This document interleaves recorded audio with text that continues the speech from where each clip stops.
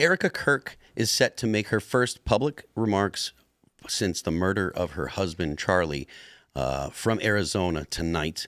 We will have that. I believe that's going to be about 7:50 or 8:15 on the East Coast. The left is trying to place the blame for the murder on the right. They're trying to say that the murderer was actually a Groyper, or he was a MAGA-loving Republican, and that Charlie wasn't far right enough. So we'll talk a little bit about that. This is going to cover most of the night. So we'll have probably a hit from Tim Pool when he's on Fox News coming up shortly. So that's going to be most of what we'll talk about tonight. So we're just going to get right into it. Joining us tonight is Mayor Staggs. How you doing? It's been a rough few days. I know, for Tim and for all of you, and most definitely, can't even imagine with the Kirk family. But why don't you go ahead and introduce yourself and tell the viewers a little bit about yourself? Yeah, so I'm in elected office, mayor of Riverton, Utah, and that was about 20 miles north of the assassination. That just occurred here on Wednesday. And in addition to being mayor, I've been appointed by President Trump in the Small Business Administration's Office of Advocacy. Was appointed back in May, and our office actually conducts business outreach, small businesses, 500 or fewer employees, and tries to help identify and eliminate burdensome regulation. So it's with my business background, having worked in Fortune 100, small, medium business, and then public company, and in government as well, it really, really resonates with me. It's why I accepted the appointment. It's because of President Trump as well.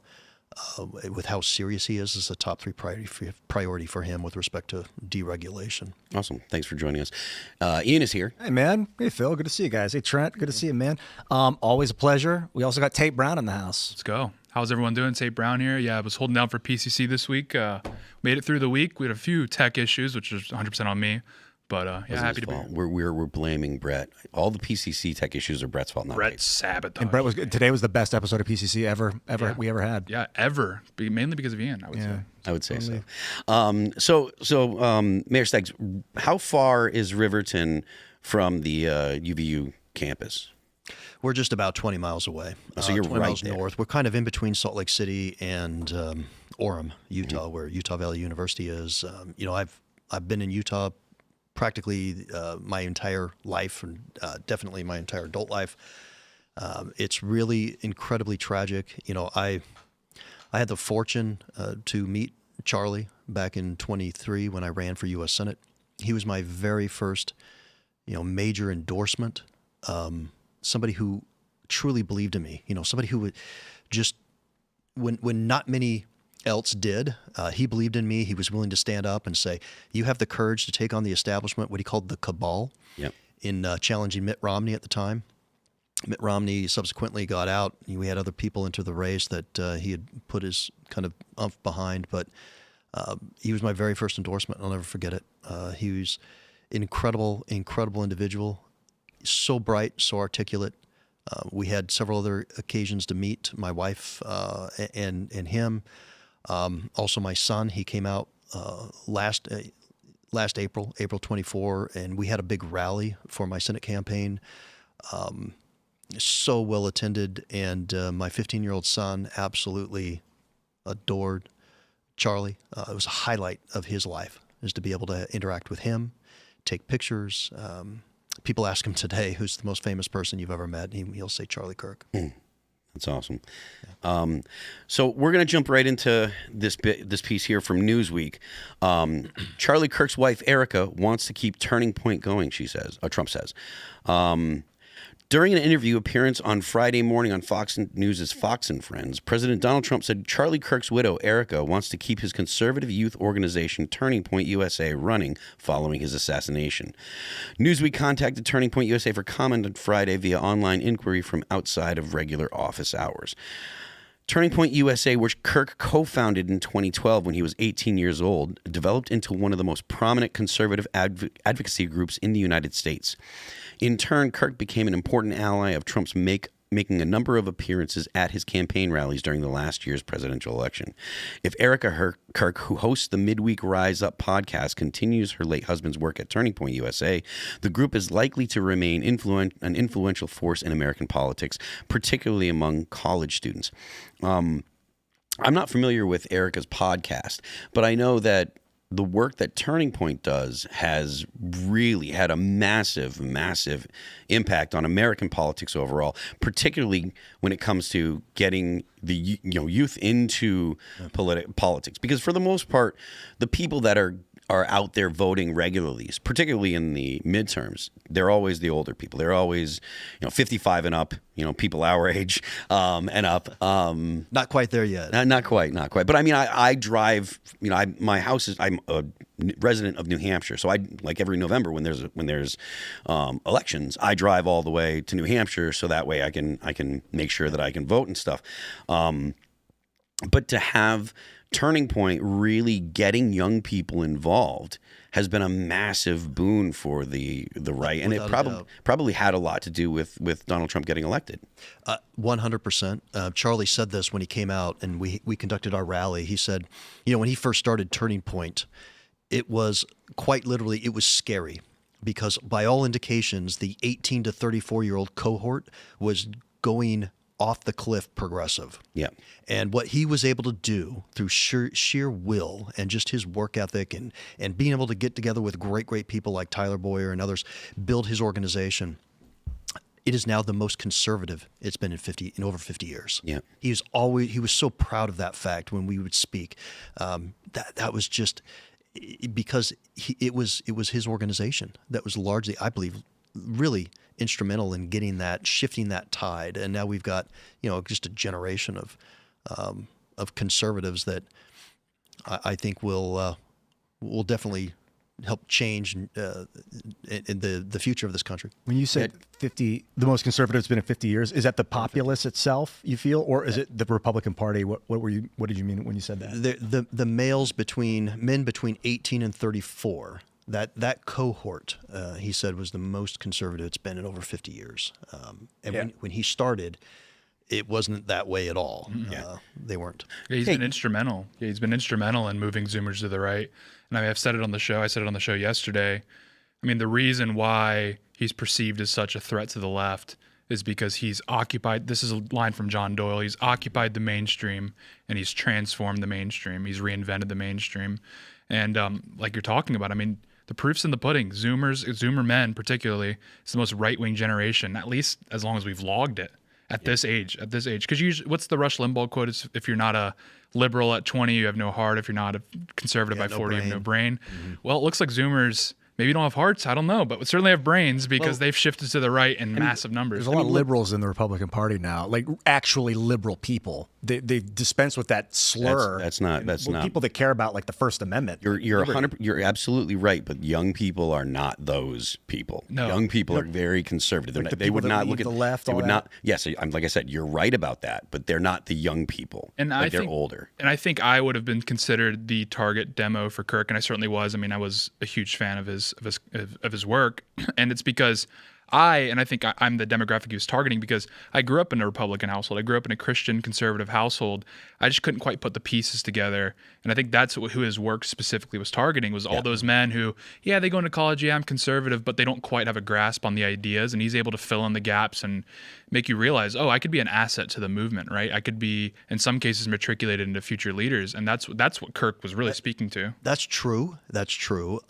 Maybe not put all the pieces together, but I got to tell you, the public universities, and Charlie got this better than anybody, it is such a cesspool of woke indoctrination. He saw that. He never went to college himself. He would always say a college is a scam. But it was just so full of woke indoctrination that he needed to go into that lion's den, and he needed to be able to provide that space. He made it cool. He made conservatism cool again, and to be religious. He always talked about his faith. And he just did that so openly and so boldly that you couldn't help but respect that. I remember Charlie talking about that kind of debate one-on-one. It is the most manly thing you can do, right? Yeah. Go toe-to-toe with somebody and be able to just articulate your beliefs in that way. Yeah, and one of the great things about Charlie, and I heard Shapiro was talking about this a little bit, but one of the great things about Charlie Kirk is he didn't start out, because he started so young, right? Like he was 18 years old when he was doing or 17 when he was doing his first stuff with the Tea Party.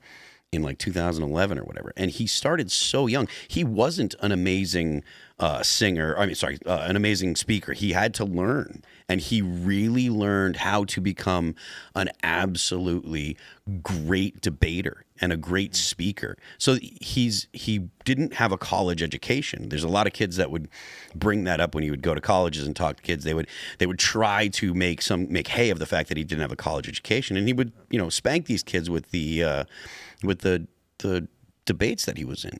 And I think that really does inspire young men, because they see because that's really what young guys really want, is they want to feel like they can do that, right? And Charlie Kirk made young guys feel like, I can do something that matters. Yeah. And he's not so much older than me. I can do something not decades down the road. I can do something now. Yeah. Charlie started when he was young. I can do something right now that's going to matter.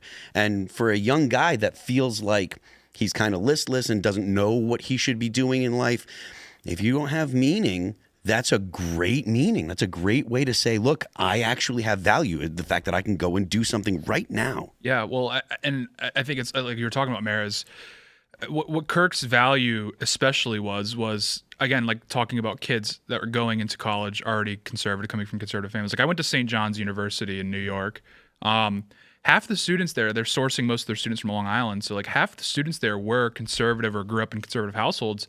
We just kept our heads down for the most part. And I was in college recently. I graduated 2 years ago. And it was guys like Kirk that kind of created the room on these college campuses to be able to express your opinions, and then also to engage with material that would expand those opinions and sort of fill in the gaps, so to speak. And there wouldn't have been room without Kirk. It would have been, like, I speak to older Zoomers and younger millennials. I mean, the college campuses were a total disaster. I mean, we remember 2016, the situations on these campuses when, Ben Shapiro or Milo would roll up and they would just light everything on fire. Yep. By the time I got into college, that wasn't really the case, and it was largely because of Charlie Kirk making it acceptable to be a conservative on campus. Not just acceptable, but in many cases promoted, because like you said, it was cool. You pointed out, Phil, that he got started when he was like 17. That's why he was evergreen, and why at 31 the 16 and 18-year-olds still loved him, because it wasn't like he got really famous in his late 20s and then was killing it at 50 and 40. He started, I mean, I know this is redundant and it's obvious, but because he started so young and was successful as a young man, even as an old man, he still inspired the young men. Well, 31-year-old guy is not old, but but yeah, you're totally right. I mean, you hit the nail on the head. He was inspiring young people, and I think that's part of why he was so successful, is the fact that he wasn't just a guy that was, out there speaking. He was inspiring people. He was even if he wasn't communicating it, or even if he wasn't articulating it, he was communicating that you can do this, you can make a difference, and that's a big deal. Do we have any word? Yeah, so I just want to quickly make sure everyone knows that we're going to be. I see people in the chat saying they're going to go watch the address. We'll be having the address here as well. We'll be simulcasting from Charlie Kirk's account on X in a second here. So yeah, awesome. I'll pull it up. Okay, so I guess we should talk a little bit about. I didn't want to jump into this too early, but one of the things that you're seeing a lot on the internet right now is the left is disheveled and a mess. Oh, Tim's on. Bring that up. Tim's on Fox right now. Tim's on Fox. We're going to bring that up right now. I'm going to mute Tim really fast. You guys know who Tim Pool is out there on the actually a right-winger. Tim Pool. That he's from a Christian conservative family who loved guns, and in fact, he attacks Charlie for not being conservative enough. Right. And they've tried making similar claims pertaining to the man who tried to kill Donald Trump crooks in Pennsylvania. But it is absolutely absurd. I've been dealing with this since the beginning of my career. I have dealt with physical assault attacks from the left, from violent extreme leftists. We called them the Black Bloc back during Occupy Wall Street. This was covered extensively when I was actually championed by the left for documenting Occupy Wall Street, and I was physically attacked by leftists. Even to this day, the death threats that we receive, the security that I have to have every day it's tremendous. And I don't see the same thing among my liberal counterparts. They don't require the same degree of security. So it's a gaslighting campaign, in my opinion, because in order to maintain the lie that the right is more violent, they do several things. They try to gaslight us in situations like this, that a conservative would shoot Charlie Kirk. He was the greatest tool in the arsenal of conservative values. And they go online, they use these NGOs, these nonprofits, to claim that a run-of-the-mill moderate conservative is the same thing as a white supremacist who wants to overthrow the government. They're so far removed from each other. That's the game they're playing now because they don't want to take responsibility for the rhetoric. The rhetoric they say every day when they accuse us of being Nazis or fascists or far right. They say this so that, as you've already pointed out, when the violence happens, no one likes a Nazi, right?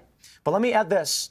I think the reality now that I've unfortunately had to deal with, that we are all seeing, is that this man who shot Charlie was much closer to mainstream Democrat than any of us wanted to believe. I woke up to posts on Instagram from people that I thought were my friends that I have known for years. And mind you, they're liberal, but I always considered them to be moderate liberals, not particularly active. And they're posting messages saying Charlie deserved it. He got the world he wanted. And they know who I am, and they know that he was my friend. And I don't understand how these relationships can be repaired. Even friends of mine who are not political, who are, telling me, I'm sorry, this happened, they're saying on their Facebooks, there are people posting celebrating this that they didn't even realize were political. And I don't know how we recover from that. So how did that culture begin? You're familiar with the internet. You're familiar with Antifa. You understand the militancy that you see and you encounter when you go into these precincts. This kid, raised with good parents, it seems like, lives a normal life in Utah. How did he snap like that? It's really hard to know, but I've talked about it quite a bit in my research. I'll try and keep it as succinct as I can. The algorithms of social media starting in the late 2000s, in LexisNexis data, you can see the words like racism, white supremacy, fascism skyrocket in their usage in mainstream newspapers and online publications. This was likely due to the big tech platforms prioritizing algorithmic feeds. That is, they were going to show you content that got more engagement. And to the average person, a story of injustice and racism generated anger. Anger is the most likely to generate some content to be shared. It's the most likely to make someone share content. And so what we instantly saw were websites that were posting articles, say, about politics, realize if they write about police brutality, racism, or some kind of social injustice, they will get substantially more clicks, shares, and in turn, money.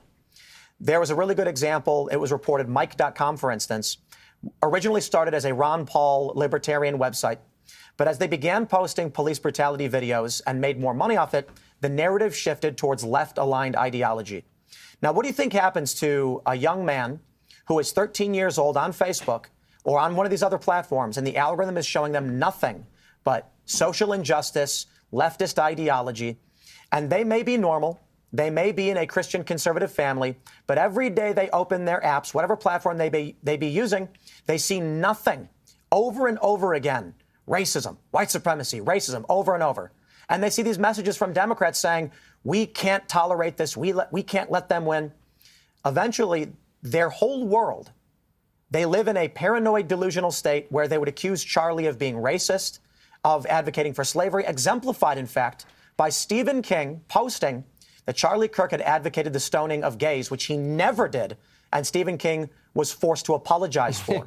These ideas that they spread through lies and fake news are crazy. You know why? Because the guy lives alone in a cabin in the woods in Maine and just stares at a screen all day. I mean, he's like the perfect example of someone getting spun up by these demonic forces online.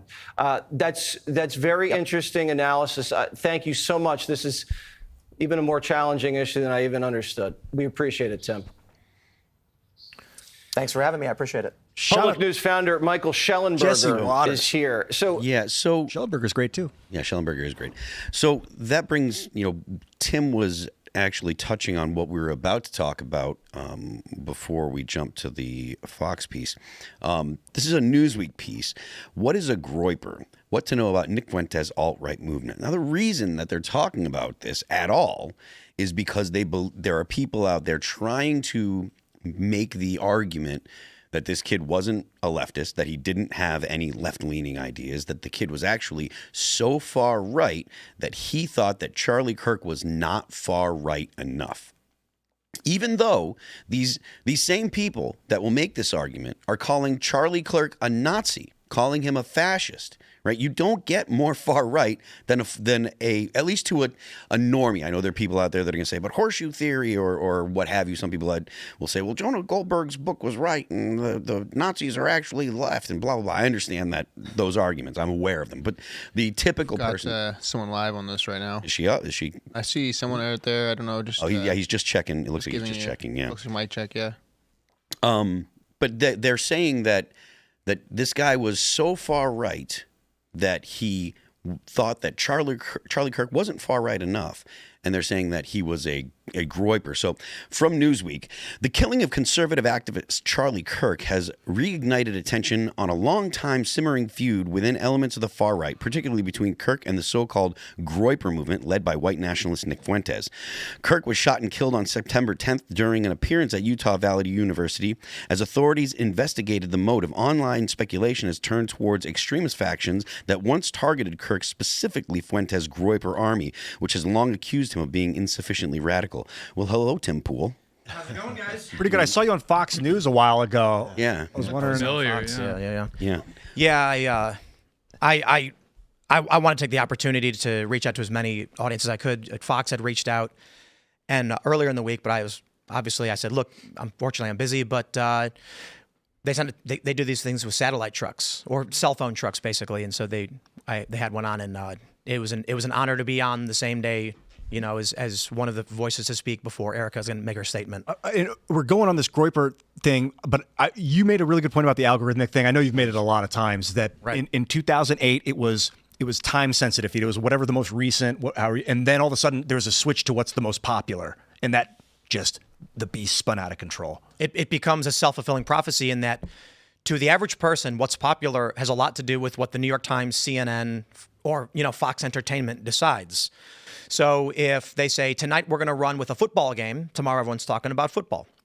When it went to Facebook, they said, we'll do the same thing. Whatever people like, we'll show them. It created an algorithmic feedback loop where it whittles itself down to one singular topic: social justice. The right is bad. Everybody writing white supremacists are evil. And they found their path to making money. White supremacy is abhorrent and everybody hates it. They need to find some white supremacists. And so that's what they've been doing for a decade. Looking for nails with their hammers. Well, and thereby that's actually created people that will essentially say, look, if you're going to call someone like Charlie Kirk a white supremacist, it doesn't matter. And I think that that's probably fed into why there are a small but possibly growing group of people that are like, yeah, I think that America should be just white people. This groiper psyop is vomitous. Mm-hmm. Can you explain? I know personally who are the groipers? What is a groiper? It's Nick Fuentes' fan base. Is it just like, are they inherently racist? Is that their thing? Is we're going to be like racist guys? But for this to be on Newsweek, I know, right? I mean, journalism is completely dead. To your point, that was a brilliant analysis, by the way, because this type of injection of that it is done intentionally, and it's to increase likes and views, and you see that proliferation of that terminology. This is disgusting. I'm sure you have too. I've been called a racist. Just recently, the day before daily Charlie's assassination, I had one of our mainstream newspapers in Utah that accused me and Senator Mike Lee of being racist, of being fascist, Nazi puppet foot soldiers, and I had not thought about that before, Tim, where we're just using that terminology. They don't care if it's true. They don't. No. They know it's not, but it's driving clickbait. It's driving revenue. I think they don't care if it gets you killed. I mean, they don't care if it costs you your life. These people are monsters, and like Newsweek thinks their audience are idiots. Quite frankly, that's what this article is. They think everyone knew what happened on Wednesday. Yep, I think that's it. And let's pull it up. Let's pull it up. 1 second, guys. Erika speaking. Oh man, Erika Kirk. Yeah, I'm trying to put the unmute right now. My name is Erika Kirk. Charlie Kirk is my husband. Full screen. Yep. I first want to thank the local, state, and federal law enforcement who worked tirelessly to capture my husband's assassin so that he can be brought to justice. I want to thank the first responders who struggled heroically to save Charles's life, and the police who acted bravely to make sure that there were no other victims on that terrible afternoon. I want to thank the officers who have protected our Turning Point USA family these past 2 days. And I want to thank the Turning Point USA board, the COO, Justin Strife, and my husband's chief of staff, the amazing Mikey McCoy, for all their work in these terrible days to be the stability for our family and for the wider Turning Point USA family as well.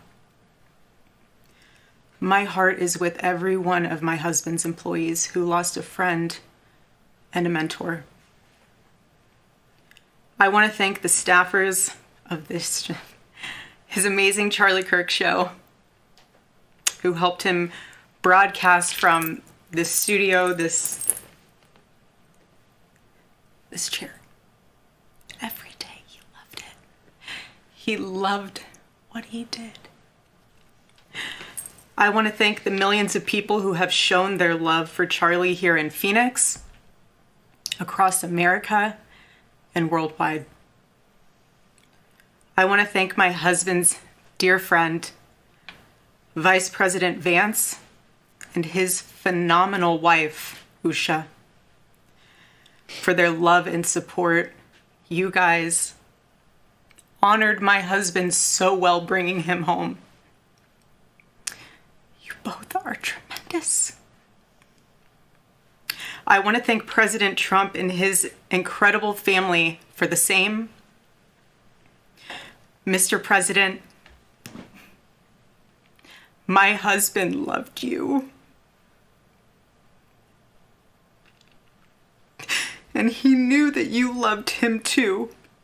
He did. Your friendship was amazing. You supported him so well, as did he for you. 2 days ago, my husband, Charlie, went to see the face of his Savior and his God.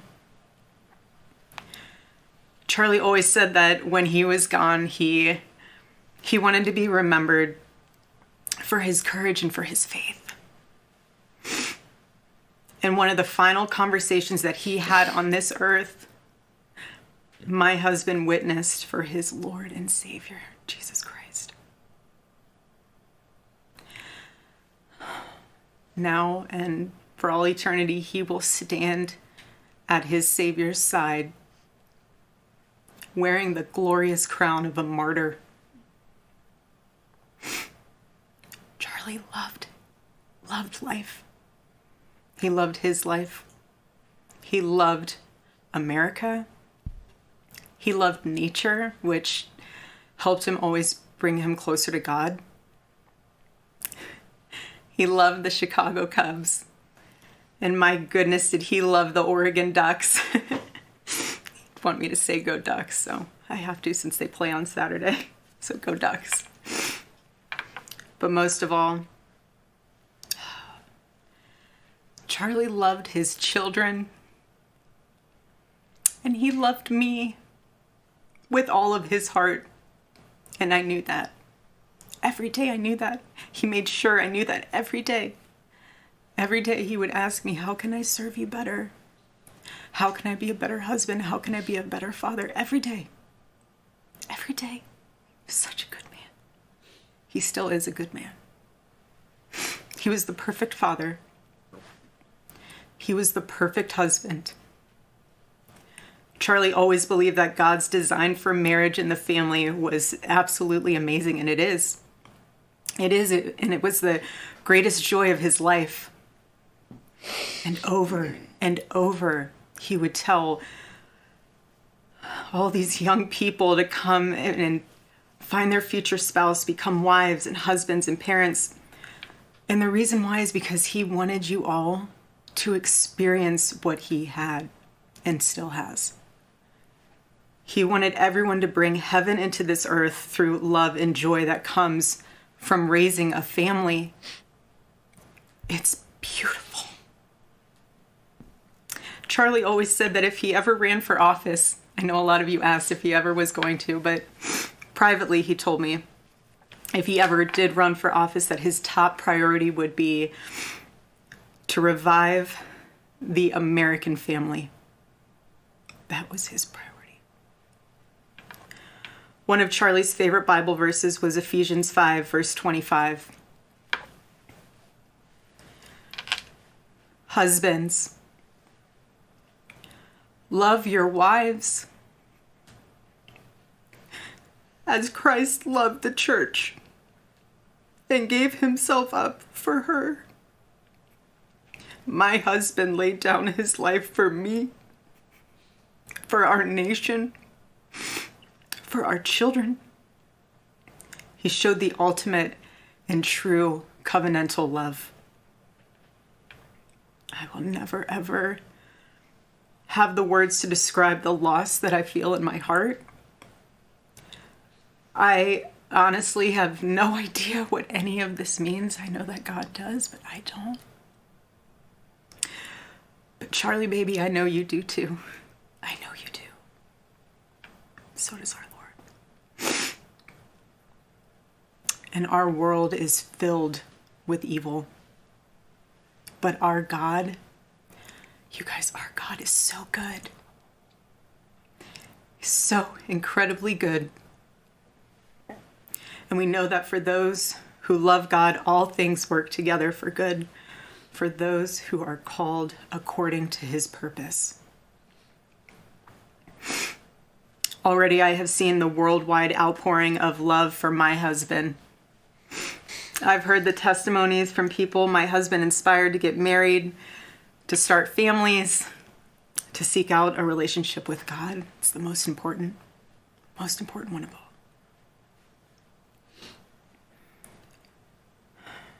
The evildoers responsible for my husband's assassination have no idea what they have done. They killed Charlie because he preached a message of patriotism, faith, and of God's merciful love. But they should all know this. If you thought that my husband's mission was powerful before, you have no idea. You have no idea what you just have unleashed across this entire country. In this world, you have no idea. You have no idea the fire that you have ignited within this wife. The cries of this widow will echo around the world like a battle cry.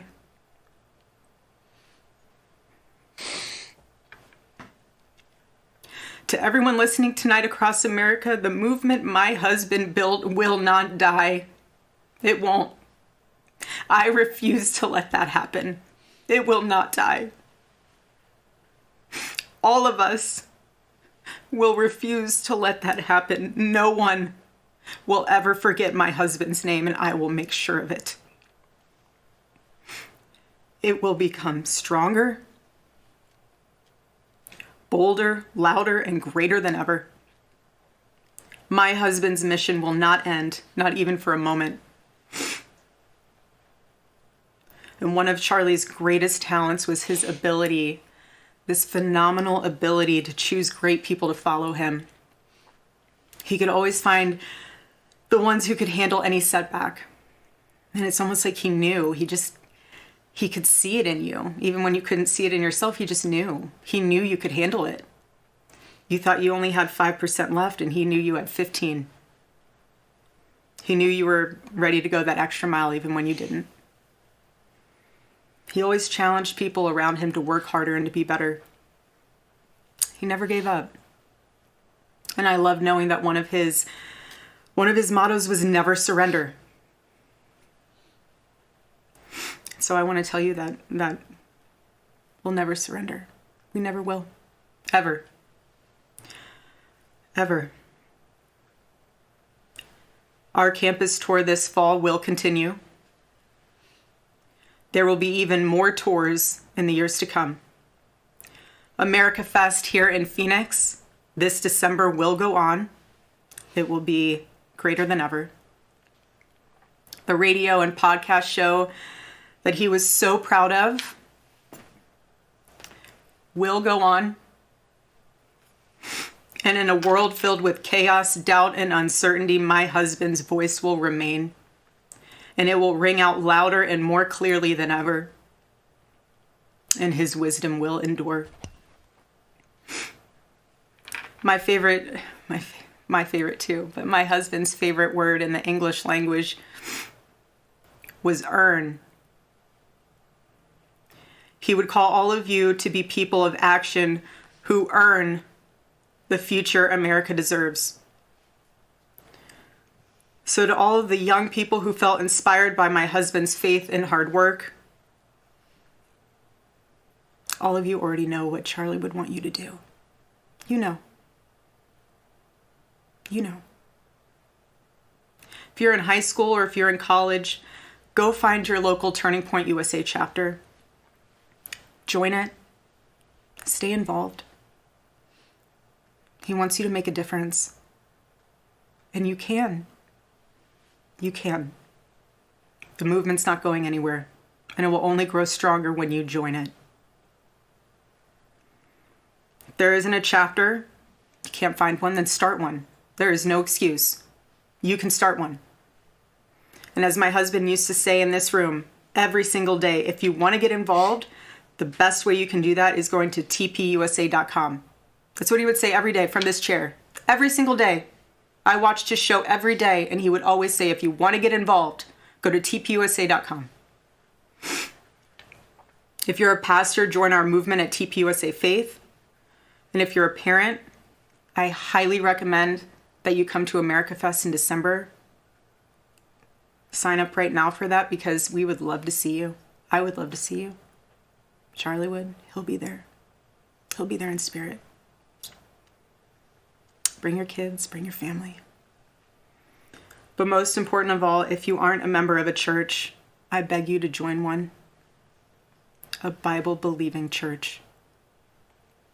Our battle is not simply a political one. Above all, it is spiritual.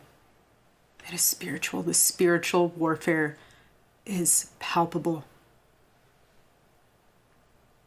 Charlie loved his Savior with all of his heart, and he wanted every one of you to know him too. He wanted everyone to know that if they confess the Lord Jesus Christ who rose from the dead, then they will be saved. Hear me when I say this, nobody is ever too young to know the gospel. Nobody. Nobody is ever too young to get involved with saving this beautiful country, this country my husband loved and still loves. And nobody is ever too old either. There's no age limit.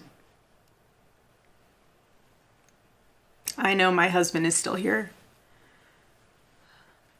He's watching over us. I don't remember the last time I slept. I couldn't sleep last night. And Charlie, baby. Charlie, I promise I will never let your legacy die, baby. I won't. I promise I'll make Turning Point USA the biggest thing that this nation has ever seen. I promise. Charlie, I love you. I love you, baby. Rest in the arms of our Lord as he blankets you with the words I know your heart always strived to hear. Well done, my good and faithful servant. When I got home last night, Gigi, our daughter, just ran into my arms. And I talked to her and she said, Mommy, I missed you. I said, I miss you too, baby. She goes, where's Daddy? What do you tell a 3-year-old? She's 3. I said, baby, Daddy loves you so much. Don't you worry. He's on a work trip with Jesus, so he can afford your blueberry budget. And my goodness, am I so humbled to witness, Charlie, you alongside Jesus right now, doing what you always want to do, baby. Making heaven crowded, right? That's what it's all about. Making heaven crowded. I can't wait to see you again one day. Thank you all again who love my husband, who supported him, who wrote him an email every single day during his radio show. He read all of them. All of them.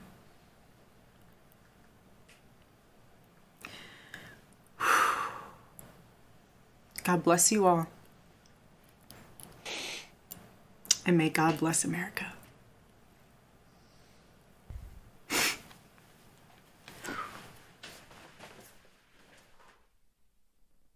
I can't imagine how hard that was for her. That woman is powerful. She did an amazing job. I don't know how she did it. It was incredibly powerful and well done. First of all, the courage it takes to do public speaking in general, and to do it after someone, your significant other, is dead. I can't imagine. I was doing okay until she started talking about her kid. Yeah. Gigi. Yeah. It is, you know, I was watching the news. I mean, one of the hardest things about wanting to cover this is that I was talking to my wife earlier. I'm watching the TV. The news is on. I'm paying attention to everything, waiting for every little detail, every little update. And I said to my wife, the people who are on the TV, on the news channels, talking about what's going on are our friends. They're friends of ours. In tears about what has happened, to give these news updates and what is currently going on. And it's terrifying. It's an indescribable terror that doesn't seem possible or real, that this has come to our table. Everything always felt so far away and like something else. There are a lot of people that we know that are still, when they're reading the news, and I can see it in their reporting, and they're friends of ours and we respect them, but the reporting still shows to them Charlie was someone they had heard of who has died, who was killed. And I see the posts and they're putting the reporting out, and I don't mean that in any way to be disrespectful. Just that for those of us that knew Charlie, who had been helped by Charlie, it's particularly difficult. I prayed to Charlie yesterday. I just prayed and I asked him, what should I do? And he said, you have to do it. So go to tpusa.com. He basically said you have to do it now. It's you now. And he's right. Did someone make a Chad meme of Giga Charlie? And then he said, go to tpusa.com. Giga Charlie. That's awesome. We're setting up. We're trying to keep doing what we do. We're trying to keep the show going. We've got events planned, and I tried skating today, but my cortisol levels are higher than I've ever expected. My anxiety is through the roof. I noticed it on Culture War this morning. Sorry if my interruption actually, it spiked more cortisol. When we were talking earlier, I could feel the tension, and I felt like, I don't want to get angry with you, man. I love you, brother. Like, you're like one of my brothers, dude. And I don't want this to turn into something where we or whoever. I want everyone to understand. Charlie invited Ian onto his stage 3 times and helped us organize putting this together so that for all the things that people say about Ian and his views and what they think, the disagreements, because I know, to be fair, I'm not trying to rag on Ian. There's, it's the ones or the 20s, the people who love Ian and love his ideas. Charlie was very clearly often frustrated, much like everybody else is, but welcomed him every time to be on that stage in front of this audience to say what Ian had to say, because Charlie was there to have that conversation with everybody. And the proof is in the pudding.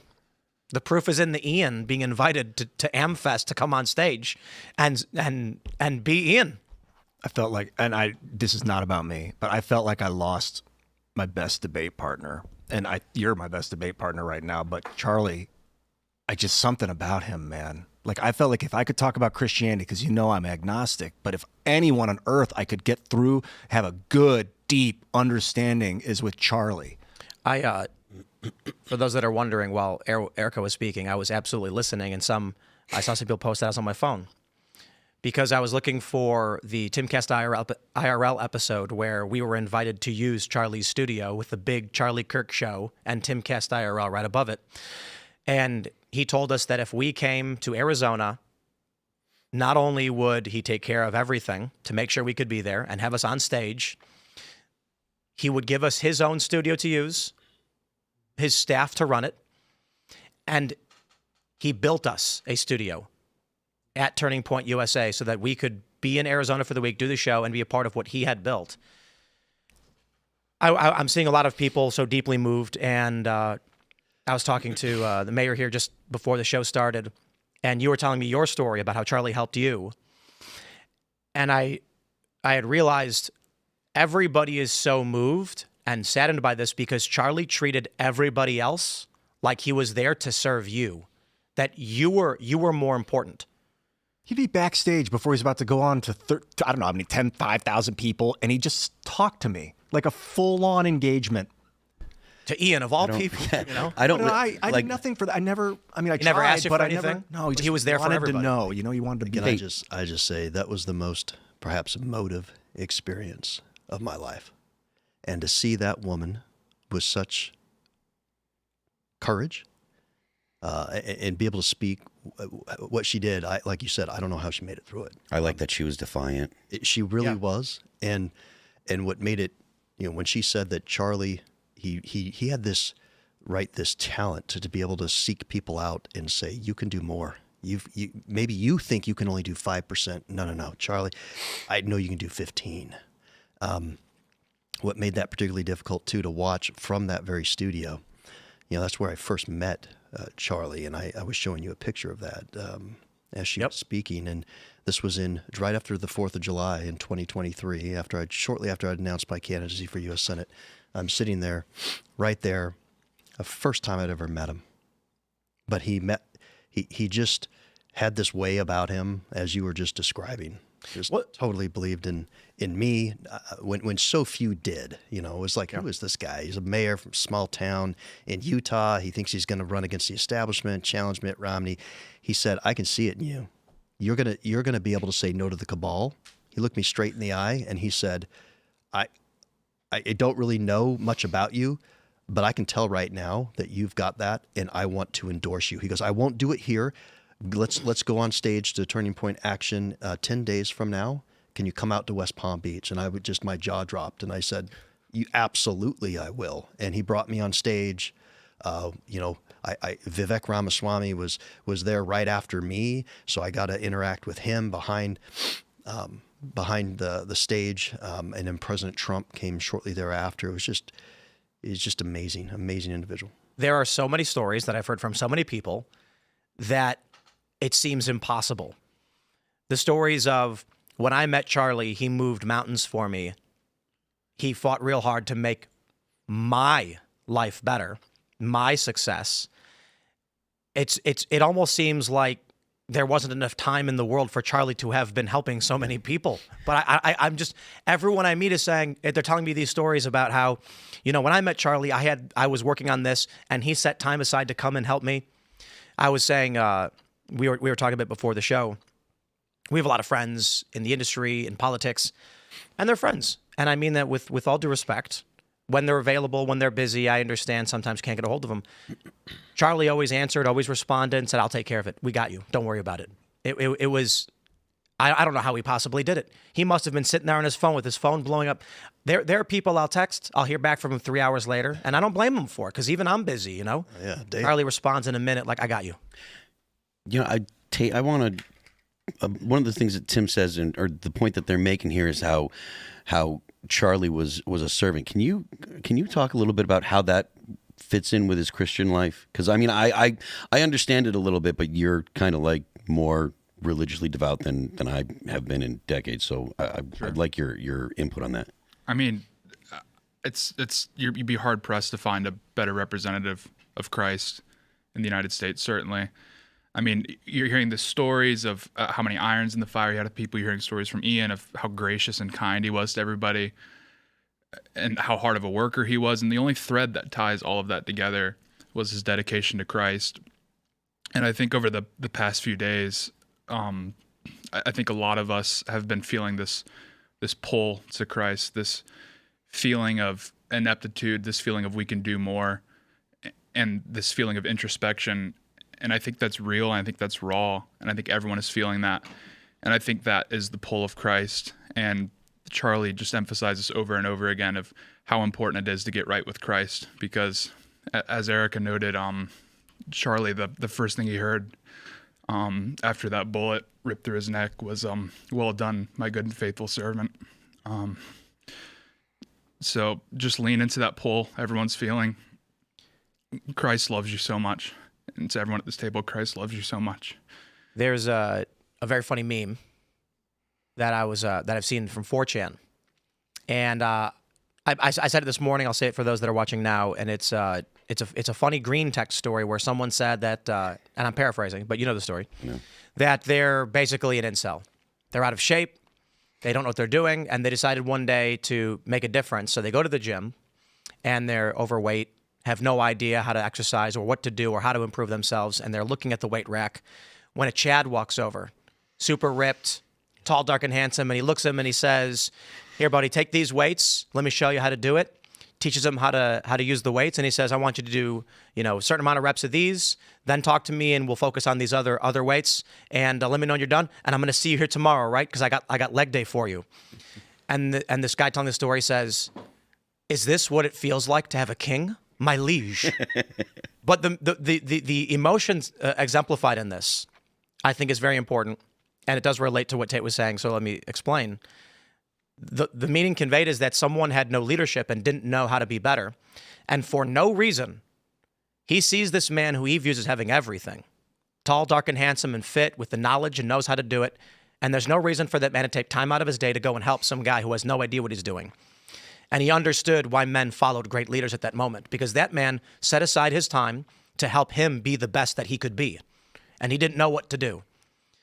I think Charlie embodies a lot of that idea for so many. I know that every time I saw a video from Charlie Kirk, and I watched all of those videos, I was inspired.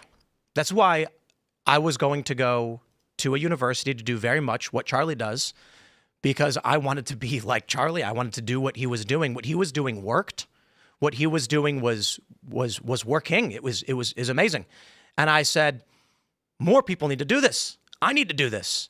I texted Charlie about it. I said, "Bro, these are amazing. I would love to be involved in any way." And he said, "Let me talk with my team." I had some conversations. This was several months ago. I had set up a plan working with some other people involved.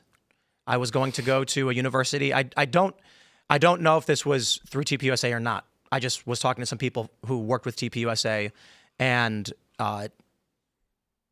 we were going to go to a university, but it's not happening now. And I know everyone's saying you can't be afraid, you can't let them win. These outdoor events pose not just a threat to me, but to the people who might crowd around, who might come to have those conversations.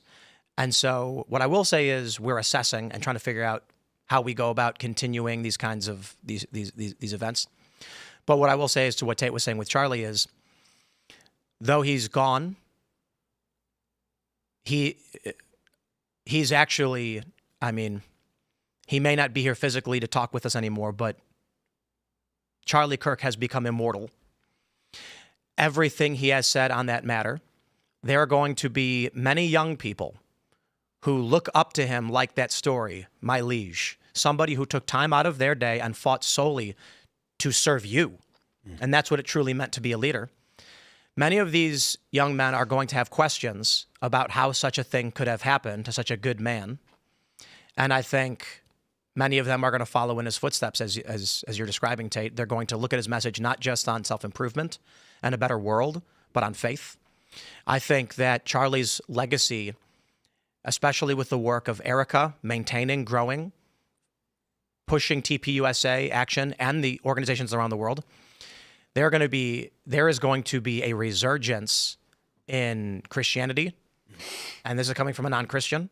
Young men inspired, moved, looking for answers are going to hear his message, and it's going to be effective and it's going to grow. Undoubtedly. And I think you've encapsulated that. It's a servant-style leadership. That's what Charlie employed. He wanted to be able to follow Christ's example. And the scripture that comes to my mind is, inasmuch as you've done it unto the least of these, my brethren, you've done it unto me. That's how he lived. And he just took such great pleasure in it. You know, it's really remarkable. We brought this up? Someone posted this yesterday that Charlie's high school voted him most likely to be president, most likely to make a difference. I think he was like second most likely to make it third. Yeah. But he was also voted one of the most likely to change the world, Number one, be president, and he was from Chicago. Oh, and he loved the Cubs. Oh, I'm a Sox guy. From the South Side. Oh, he was from the northern suburbs. Oh, Charlie. It really is. I said this to my wife. I was like, I know that we both knew this, but we never really put thought to it. But Charlie was from Chicago, and she's like, I know. We have so many. It's just. I don't know. It feels premature, like it wasn't supposed to happen to him this soon. For some reason, like something happened in the timeline in the last couple of weeks that was like disassociated or so. I mean, I was disassociated the last couple of weeks. I've been facing the video games and it's weird, but I agree. It feels like history has broken in an unnatural way without Charlie. It feels like something has defied destiny. This man, everyone thought was going to be president, taken in a moment, and I feel like I'm underwater. Like it feels not real. I get a wave when she put her hand on his chair when Erika touched his chair. I just get waves of like that he's like remembering that he's passed on. I saw that, and I had talked about and remembered when he let us use his studio to do our show, and he had his production staff for us, and I wanted to find that. So it was Vivek Ramaswamy, it was Luke Rudkowski and Lauren Chen, and it was my and I at this table with the big Charlie Kirk show, and right above it on the TV, Timcast IRL, and it was a tremendous honor that Charlie said you can sit in my seat. It's kind of. I am humbled tremendously, and it's indescribable the honor that it is that I was able to that he would allow me to use his studio. He humbled himself, and it like made you have to humble yourself to be on his level, in a way. I felt very humbled around him because he was so gracious of himself and his time. I keep thinking about America Fest. We got to make it the best one ever. I don't know how, but I want to. I have my full support. I love that. Yeah, how defiant. Like you said, that was the term you used. And it's clearly he's going to go on. I believe every word she said. There's going to be this, already, 3,500 chapters, I think, across the country, right? Yep. Turning Point. Mm-hmm. You imagine that it's just going to continue. I think over the next few months, that is going to proliferate. Yeah, exponentially. We're going to see this, and you're right, Tim. We're going to have more people that come out that are they're going to stand up. Yeah, and they're going to say, "No, Charlie did it. We cannot let that be in vain." Well, yeah, I imagine. You go ahead. No, I just want to say, because you're 100% right. There is no conservative movement without Charlie Kirk. Like, he quite literally was the quarterback of the movement. So this isn't a matter of like, oh, okay, how do we move on? It's like we can't move on without him. So thankfully, Erika, like I said, I believe every word she said. I think she's going to step up, and I think other people are going to step up to fill that void, because genuinely, we it's not one of these things where it's like, oh, that's sad, he's passed, whatever. But it's like we legitimately, as a movement, cannot move on without him as our quarterback. And he's left a mandate for everyone. Everyone has to pull their weight. Everyone, and Erika's going to lead the charge. There's no doubt about that. But we needed him. We really did. I would be very excited to see in this school season as many prominent personalities as possible having these events either with TPUSA or TPUSA style, engaging students. Obviously, we have to figure out how to make them secure, which is tough.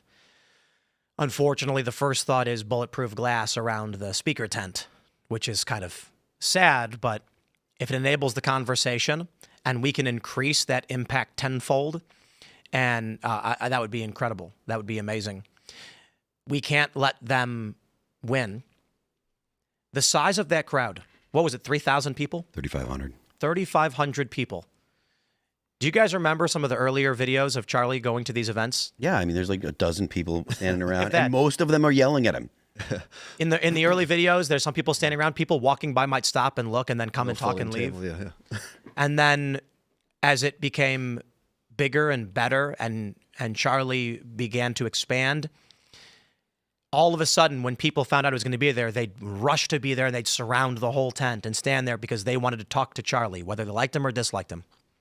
There's videos of people walking away being like, I did it.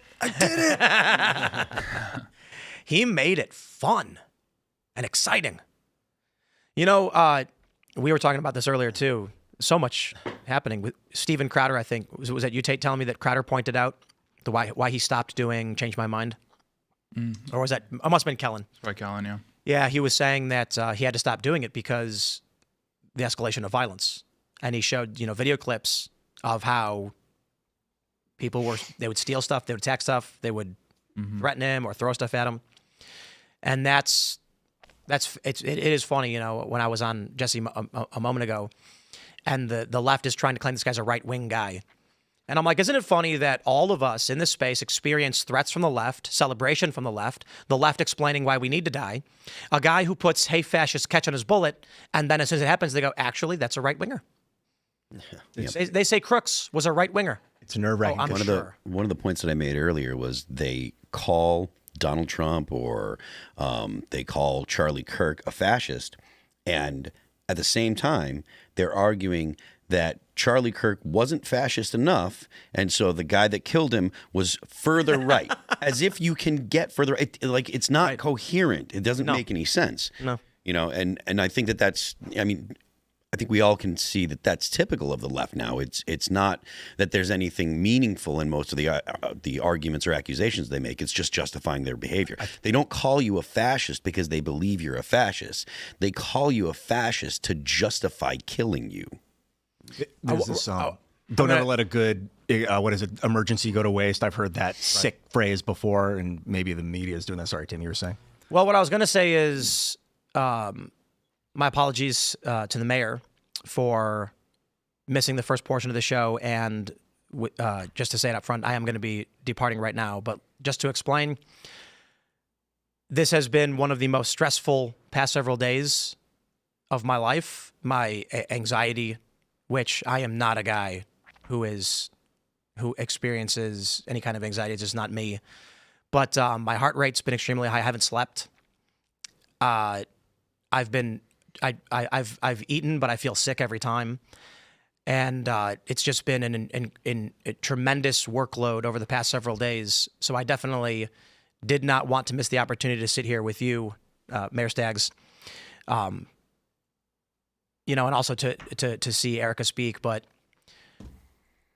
I feel like I got a vice squeezing my chest. I feel like there's a pain in the back of my eyes. I feel like I'm going to throw up every 10 seconds. I was telling Allison, my heart actually hurts, and it's like you got to pull it open. You got to work and stretch your heart. You should go give a car dealer some money. Yeah, I don't know about that, but we've aside on top of all of the things that everyone is obviously experiencing, we've got internal stuff, conversations happening, friends that are obviously freaking out. And so I need to relax. I need to calm down. I need to just kind of sit and stare. And these past several days, it has been with no sleep. I'll tell you what the hardest thing is. Basically almost crying every 2 hours because my job is to read the news, and I read it nonstop, 24/7, all day, every day. And this time I'm seeing Charlie's face every time, and half of it's good and half of it is filling me with a blind rage. These things these people are posting is so taxing and so draining on me.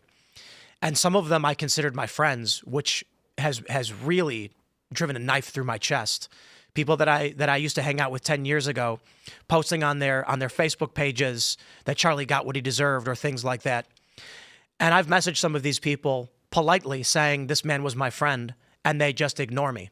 And they know that I can see what they've said, and it is I have no words for it to experience something from people that these are not far leftists. These are not hyper progressives. They're just your default lib from the city that have always been Democrats that I have known for a long time. Some of these people I have spent holidays with, and I see them post a video saying Charlie got what he deserved, and I have to see that every day as I'm trying to learn about what happened. And it is just a constant state of emotional, physical pain and anxiety. And so for that, I know we only have an hour left on this Friday night, but I actually wasn't even know if I was going to make it tonight. Jesse Waters asked me to come on, and I wanted to try and speak as much as I can on other platforms. I spoke to the press today about everything that was going on. I spoke with some journalists to explain to them why this is happening and what we've been experiencing for so long. When Cuomo says, "You guys, I don't see you as victims because you give as good as you get," yet there are no liberal counterparts to what we do that have to experience the threats of security that we do. It's so dishonest. But, to the mayor, it was an honor to have you to travel all this way to be here for us. So I definitely want to make time for you. But I'm going to go lay down. Yeah, I'm going to go sit down. I'm going to. The day, I think it was when I didn't know what to do, I just went for a long walk, pushed myself, and kept going. It was the first step towards like healing. I am mostly angry, obviously, about everything that happened, but when I read the news every day, it has always been something far away. Even the president. Right. A man that I've interviewed, I've met, and support. When the assassination attempt happened, it was a shock. It was an adrenaline rush. It was a little bit of fear. But seeing what happened to Charlie was like, I've never felt something so horrifying. The thing that we knew logically was possible, but just didn't want to believe could happen is happening. And so, yeah, I'm going to go sit down. Understood. I'm going to just kind of close. I'm just going to sit back and kind of just chill out. And I want to say thank you to everybody who's tuned in and watched and stuck here with me and stick around to hang out with Phil and the mayor and Ian and everybody else. And I have so much work that I still have to do. But I'm going to try and take some time to relax. So, again, thank you guys so much. Thank you. Love you, man. It's an honor. Tim. Really honored to be back here on the show. Absolutely. Thank you. Bro, thank you for being here. Thank you. I'll see you guys. Bye, Tim. Rest. Hi, Tim. So, I think that we probably should jump back into what we were talking about earlier before Tim came up, because I think it's important. Like Tim had said, the left loves and has loved to make this point. They've been saying, oh, well, it's both sides. Both sides are doing this. Both sides are doing this. Or they'll try to falsely accuse the right of being, doing the right does 90% of blah, blah, blah. They leave out the entire summer when there were riots and all the people that were killed during the riots. They weren't killed because of leftists. They were killed because of something else or whatever. They don't talk about their own violence. And they want to go ahead. They don't, and then they want to qualify when violence happens on our side. Mm-hmm. That's what makes you so angry. I can understand that emotion. So I was listening to Sean Spicer on Two Way today, which is Mark Halperin, Sean Spicer, and Dan Tureen, and he made a great point, and it was as if Dan, who's a Democratic strategist, he didn't really understand what the right has experienced, whether it be the IRS in 2012 going after the Tea Party groups, or once Donald Trump was started running, if you wore a Donald Trump hat, a Make America Great hat, Make America Great Again hat, you were likely to get assaulted. You were going to get yelled at. The right has had, essentially, they've had to keep their politics secret because there's been a significant number, and it's probably less so now, to be fair. It's probably less so right now. But for almost a decade, if people, your boss heard that you were a conservative, you ran a serious risk of losing your job. That's not hyperbole. So you add all that stuff together, and then you throw in the fact that the left has been attacking people at protests or on college campuses. Remember the 3 or 4 years where Ben Shapiro and Milo Yiannopoulos would go and try to speak at colleges, and they would get assaulted. And then if they didn't get, they would never really get their hands on Milo or Ben, so they would just attack, people that were there. And that's why you had the Proud Boys trying to defend themselves. A lot of people remember Base Stickman and the Bike Lock guy and all these people that were fighting with Antifa. And they had to stop because the police started arresting the people on the right. And it was you never had Democrats telling the left to stop. You never had Democrats saying, no, they need to stop this. You actually had Democrats encouraging this. Literally, Maxine Waters said some crazy thing. I don't recall the quote off the top of my head, but it was blatant. She was saying if you see any of these people out, and she was talking about politicians. She wasn't talking about your average conservative, but it did trickle down to the average conservative. But she was saying if you see them out in a restaurant or out getting gas, you get in their face and you tell them that they're not welcome. So essentially saying the people on the right aren't allowed to exist in our society. If you go out and you make it known that you're or conservative or that you have politics that venture from what the mainstream Democrats think is acceptable, then you're likely to be at the very least harangued and people will be shouting at you. And the left has totally ignored these things. We've had people come on this show or on The Culture War, Luke Beasley, just swearing up and down that the Democrats never do anything. And Lisa Reynolds, our booker, was on the show, and she was incensed. And that's the reason she was incensed, because it's more than just, have there been murders from the people on the left. It's that the right has had to keep their politics a secret or they'll get accosted. They have to keep their ideas hush hush, or else they risk losing their job. And this has been the way for 10 years. So now you see Charlie get murdered. And the reason people on the right are so incensed is because all of this is coming to a head. They tried to get Donald Trump last year. And there was the 2 Democrats that were murdered in Minnesota. Mm-hmm. And that's terrible. But the right wasn't saying the right wasn't screaming about how great it was. The right wasn't making all the posts that the leftists have been making, doing the dances and making the merchandise saying that's great. And people were making merchandise about Donald Trump too. They were lying about the ear, the bandage on his ear. They're saying that nothing happened, or they'll mock him. They were wearing their own bandages, mocking him. These things are, and now there's literally, I saw someone on X, there's a statue of Charlie that someone made. They 3D printed it the moment he got shot, right? They made a statue of him getting shot, and they're selling it. And the left think, but it's both sides. God damn it, it's not both sides. It's absolutely not both sides. And I'm so sick and tired of hearing Democrats say, Paul Pelosi. The guy that went after Paul Pelosi had I believe he had an RV, but there were Black Lives Matters posters in it. There was all sorts of paraphernalia from all sorts of causes. And he was extreme from one spectrum to the other. And he did end up getting onto like MAGA stuff, but he was mentally ill that in a way that was not about his politics. Like he didn't go to Paul Pelosi because he was like, I'm going to get Paul Pelosi because I really think that Paul Pelosi is a threat to Donald Trump. He was a nutbag, but they love to bring it up and they love to say, Paul Pelosi was attacked and so it's all the same. They ignore the shooter that shot up the congressional baseball field. They ignore all the attacks that happened during the Summer of Love. They ignore the fact that Donald Trump was there were 2, at least, possibly 3 attacks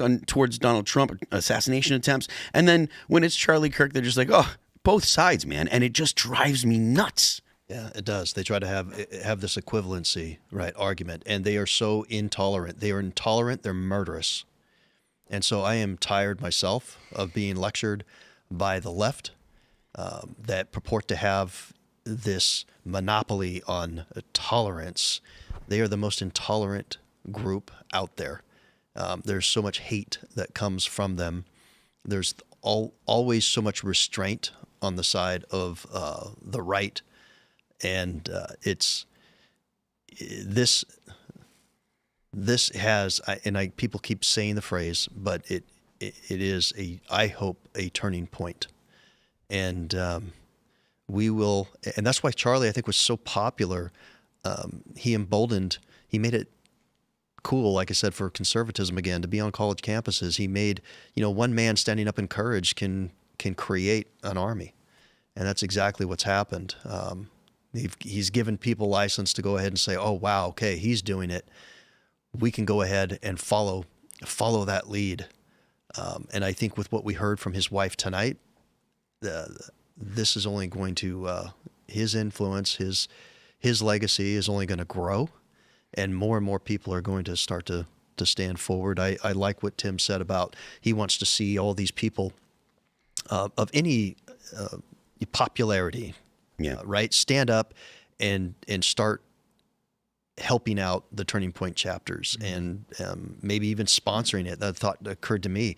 I want, if my 15-year-old son didn't see this address tonight, I'm going to make sure he sees it.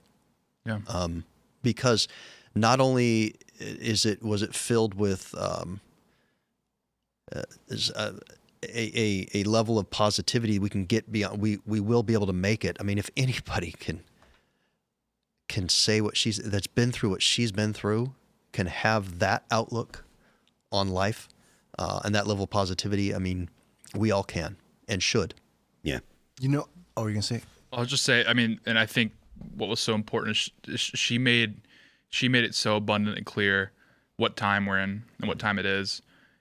I mean, if anything, the events have demonstrated that the left just wants to kill us. They just want to kill us, these leftists. And the thing about what's so frustrating is seeing people on the right, specifically elected officials, tone policing the right and saying, oh, well, we just need unity and peace. And I'm sitting there like, who is the partner for unity and peace right now? Because they've clearly demonstrated they want to kill us. 100%. You cannot, and this is the point that I made the other night, you cannot go to the left and say, come talk to me, because they shoot you in the goddamn throat. Yep. That's exactly what Charlie Kirk was doing. He said, come talk to me. He was the free speech guy. He was the guy that said, let me convince you. And he got killed for it, because of it, because they justify attacking him. They lie about him. And it's still happening today on X, on I'm sure it's even worse on Blue Sky. It's worse on Reddit, I'm sure. But they still will say Charlie was a fascist. How do you get along with people that want you dead?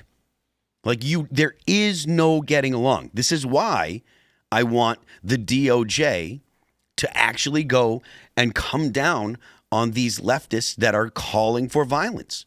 Yes. I mean, like exactly what you're saying is they're not interested in the debate. They're not. No. They're not. There's no changing these people's minds. These are evil people who want to destroy us. And that's why it's so frustrating seeing this rhetoric from our elected officials, because it's like, no, we need you to RICO all these people. We need you to destroy this ideology forever, because it's just going to get more and more of us killed. We're not going to come and unify and have this kumbaya moment. We're past that.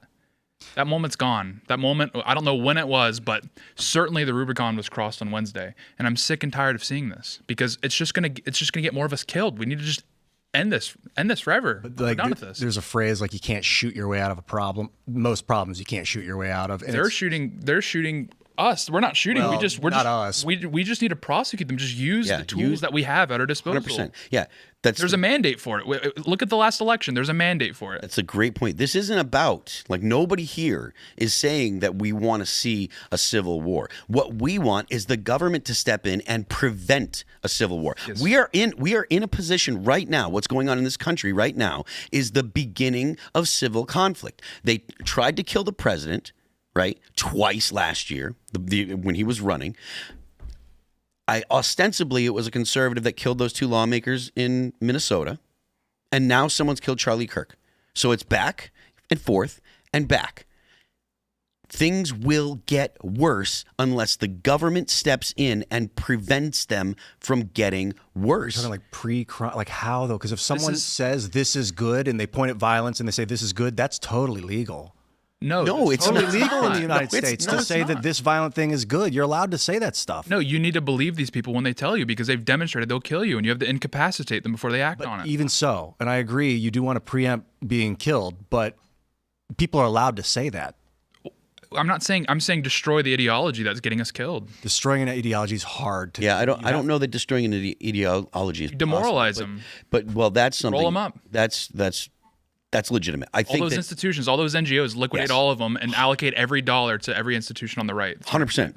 I'm totally with you there. And this is to mitigate violence. This is to end violence. Yes, and Donald Trump has said that they're looking into RICO cases for people like George Soros and other NGOs, and I want to see it. I want to see these people. Well, I'm with you 100% on the funding of it. Like, look at USAID, right, and what had happened and how crazy they went because they knew the gig was up.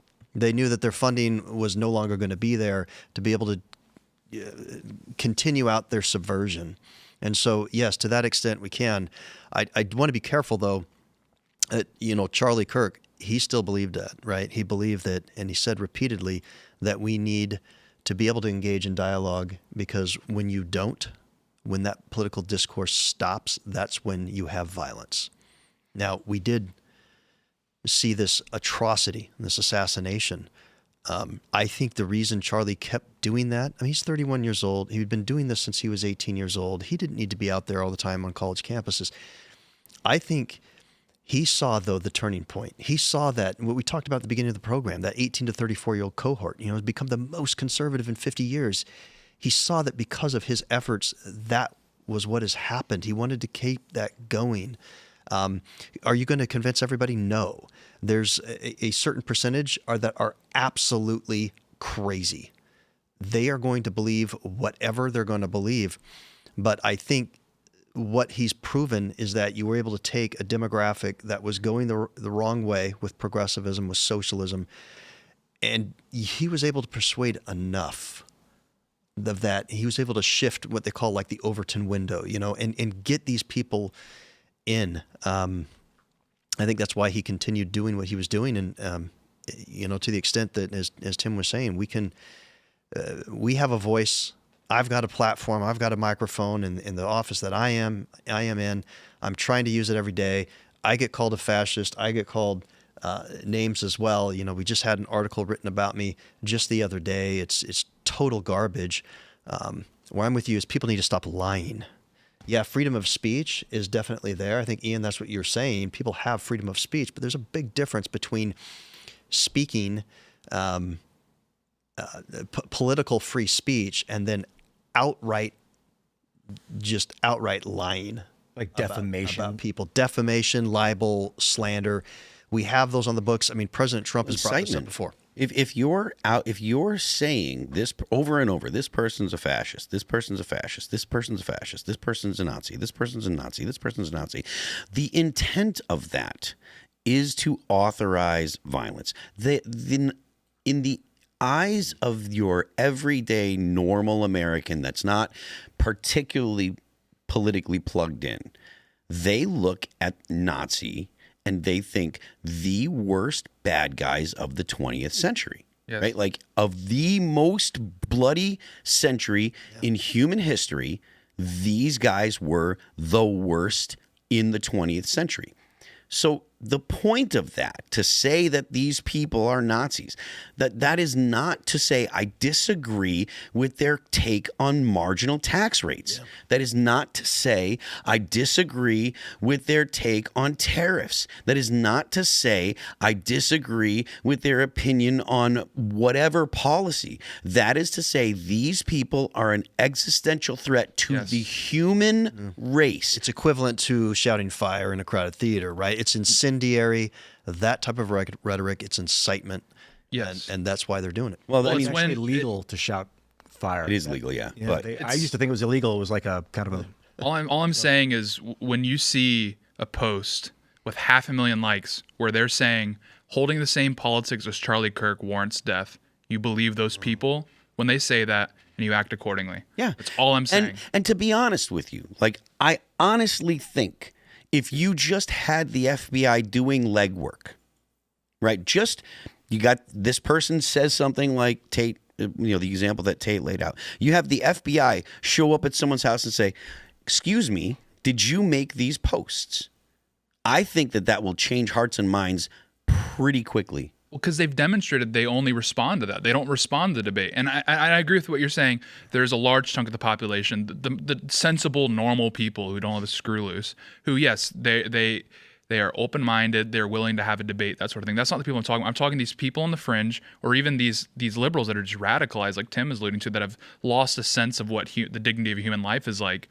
Those are the sorts of people where, look, you need to believe them when they say what they're saying. Like, these people aren't just trying to be bombastic. They genuinely believe that being critical of abortion and critical of gay marriage warrants death. That's what they've said over and over again. And that the federal government just has a mandate, like Phil's saying. I mean, just doing some basic legwork. I mean, I know it's difficult trying to reorient the entire intel community because they've persecuted the right for so long. Yeah. So I understand this takes time, but when there's lives on the line, we have to get moving. And to the people that will say, "Oh, they'll just use the government against the conservatives," they already have. And I will say this, I will beat this dead horse. They already have done that. They have already used the DOJ against parents that wanted to go to PTA meetings and say, "Hey, I don't like that my kids are seeing this stuff." They used the federal Department of Justice to investigate parents who said, "I don't want my kids being taught this particular curriculum." So don't tell me that they won't. And don't tell me that we can't do this because they might, because they already did. They will do it again. If they get into power again, the right must understand that they are going to do that again. The world has changed. Right. The world is not the same world that we lived in 10 or 15 years ago. The struggle for power in the government now means the struggle to keep people with your political leanings out of prison. And this was done by the Democrats. And I don't care, again, I don't care that people are going to say, "Well, both sides, both sides, both sides." I am not interested in your opinion on it one bit. They have already done these things. So the idea that we should not use the power of government in a way that legally will hopefully prevent more violence is ridiculous. We do have laws, and we are a nation of laws, and I'm not saying that we should go outside of the law. But damn it, we absolutely should be using the federal government's power to the fullest extent to stop political violence. And this is not a radical take to say we should use the government to prevent political violence. That is not radical. That is the very basic, bottom of the barrel thing that the government should be doing. It's about how they do it, because some governments, if they call it pacification, they'll put people down with weapons, and then they'll be like, "Look, we use the government to prevent political violence." That's not what we're talking about. Like I said, we have laws, and I want to see the government stay inside the law, but I want them to use all of the tools that are available. And that's why I'm very pro things like RICO laws and using RICO to go after the NGOs and people that are trying to use their ideology to incite terrorist attacks. And that's what they're doing. The point of killing Charlie Kirk was to get people to stop talking because Charlie Kirk was the free speech guy. Yeah. Precisely. Well, and they knew that when you, and I've said this over and over again, I mean, when you have a spokesperson as articulate as Charlie Kirk, that's a big fear. It strikes a big fear in the left because they have monopolized the educational system for so long. And, you know, I talk about this in my book, where over 75% of all educators, quote unquote, are socialist or flat out Marxist. So they have controlled the educational system for so long, and Charlie knew it. We had to get in there to start changing hearts and minds. It's pretty scary. And getting back to my point, they know that if you have somebody who can articulate a conservative value set and juxtapose that with the nonsense that they have been spewing for decades, not the screw loose people, but the rational people will look at that and go, you know what? You're right. They're calling good evil and evil good. Right. This is nonsense. Wait a minute. They've just been hit over and over and over with that. As Tim was saying, I had never thought about that angle of it, where the racism and the white supremacy and all that has been pushed, and all in the aim of getting more people to share, because if you're angry, he said, you're going to share it more. And then that only enhances their revenue stream. Right. I mean, that was really, really eye-opening, those statements, and kind of get at the base of why they're doing this. Mm-hmm. But if you can have that free and open exchange of ideas, right, that's talking conservative and liberal viewpoint, the conservatives are going to win. Well, I mean, it's beyond that, and that's 100% true. And the extra thing is, with Kirk, the reason he was targeted was, like you were saying, because he was so articulate, because he was so effective. I mean, there's all these people online that are saying, but he was a moderate, why even bother? And it's like, you don't get it. The reason why they targeted Kirk is because no one was more effective than him. They don't go and target radicals who are on the fringe, because what impact do they have? They target the guys who, again, they occupy the mainstream and pull it in the right direction. They move the football down the field. Mm-hmm. So that's who they target. And who was more effective? Who was more paradigm shifting than Charlie Kirk? That's why he was targeted, because, like you said, he was the most articulate. He was the most effective. That's why, and that should be a model for every young guy, because you need to be very careful with how you're carrying yourself. Use Kirk as an example of what an actual paradigm changer looks like. He was someone that just stepped in the arena every day and pushed the football further down the field every single day. And he wasn't getting sidetracked with all this insanity. He wasn't getting himself in trouble. He wasn't getting himself put on lists. He was effective, focused, calculated, and prudent. And to follow up your football analogy, not every single play has to be a touchdown. Precisely. You just have to move it a few yards. Move the ball down the field a few yards every time you get up. Every day you push just a little bit more. Yeah. And that's enough to win the game. That's enough to win at life. Just get up and work a little bit every day. And that's how you win. Tim was here we were talking before the show, and Tim was talking about, you know, how he was talking about Death Cab for Cutie, a band that he likes. And he was like, so how did you guys do it? And they said exactly what I did with All That Remains. He's like, well, we just never stopped. You just keep doing it, you know, and you get better at your craft. And that's what Tim did here. Tim used to just be one guy sitting down talking to a camera, and he'd put up his videos on YouTube. Well, and to use maybe the football or the sports analogy even further, there's offense, you know, getting it down the field. But I think there's also defense. And this is what we have to know. You have to be aware of what your enemy is, what their playbook is, what they're capable of.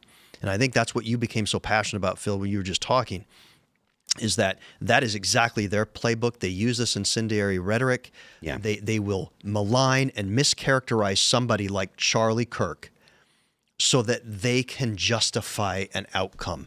And they also dehumanize people. That is something we've seen. I mean, look at it. You had it with Hillary Clinton. And that was the guns and butter comment from Obama, all the way back to Obama. It was almost 10 years ago, and then you had Biden with the garbage comment, right? And that's when people, you have to know, you've got to go into it with the blinders off. Yes, move the football downfield emulate the style of Charlie Kirk, be the happy warrior, get in there, engage in civil political discourse to the degree that you can. But at the same time, you've got to understand who you're dealing with. Understanding the enemy is my specialty, is one of the things I do, because I think outside the box that's in the box. And there's this guy, Chase Hughes, he's a behavioral scientist. He's on the behavioral panel on YouTube, great show. He was in the Navy for 20 years or something. Behavioral expert. He says, okay, the fringes, get ready. What's going to happen is the media is going to start showing you these people on the fringes. Doesn't matter. The left-right paradigm is the psyop. They're going to show you people on the fringes, and they're going to start telling you other, enemy, other. And it's going to be repeated. And it's these damn fringes, this 1-2% of the population, if that, that's going to be shoved down your throat. Now, who's doing that? Well, there's algorithms in place, but who owns the companies? BlackRock, is that even an American company at this point? Who are these people that are running this media machine that's forcing people to see the fringes over and over again? That's the enemy. Whoever if it might even be a system. It may not even be a person. It may be a system that we have to fight against. It could end up being artificial intelligence running us into the, But we need to be impervious to the attack vector, which is don't let yourself get brainwashed by it. You got to put it down. Rage is addictive. I understand. I've been there. So you need to learn how to strip it away and feel naked without it. Yeah, I mean, like you guys are talking about knowing your enemy, you always have to go back. It was late 2022 when Biden gave that speech in front of Independence Hall in Philadelphia with the red lights behind him. And he got up there and he effectively declared MAGA Republicans as an insurgency, as a threat to he used the words, a threat to the soul of the nation. Yeah.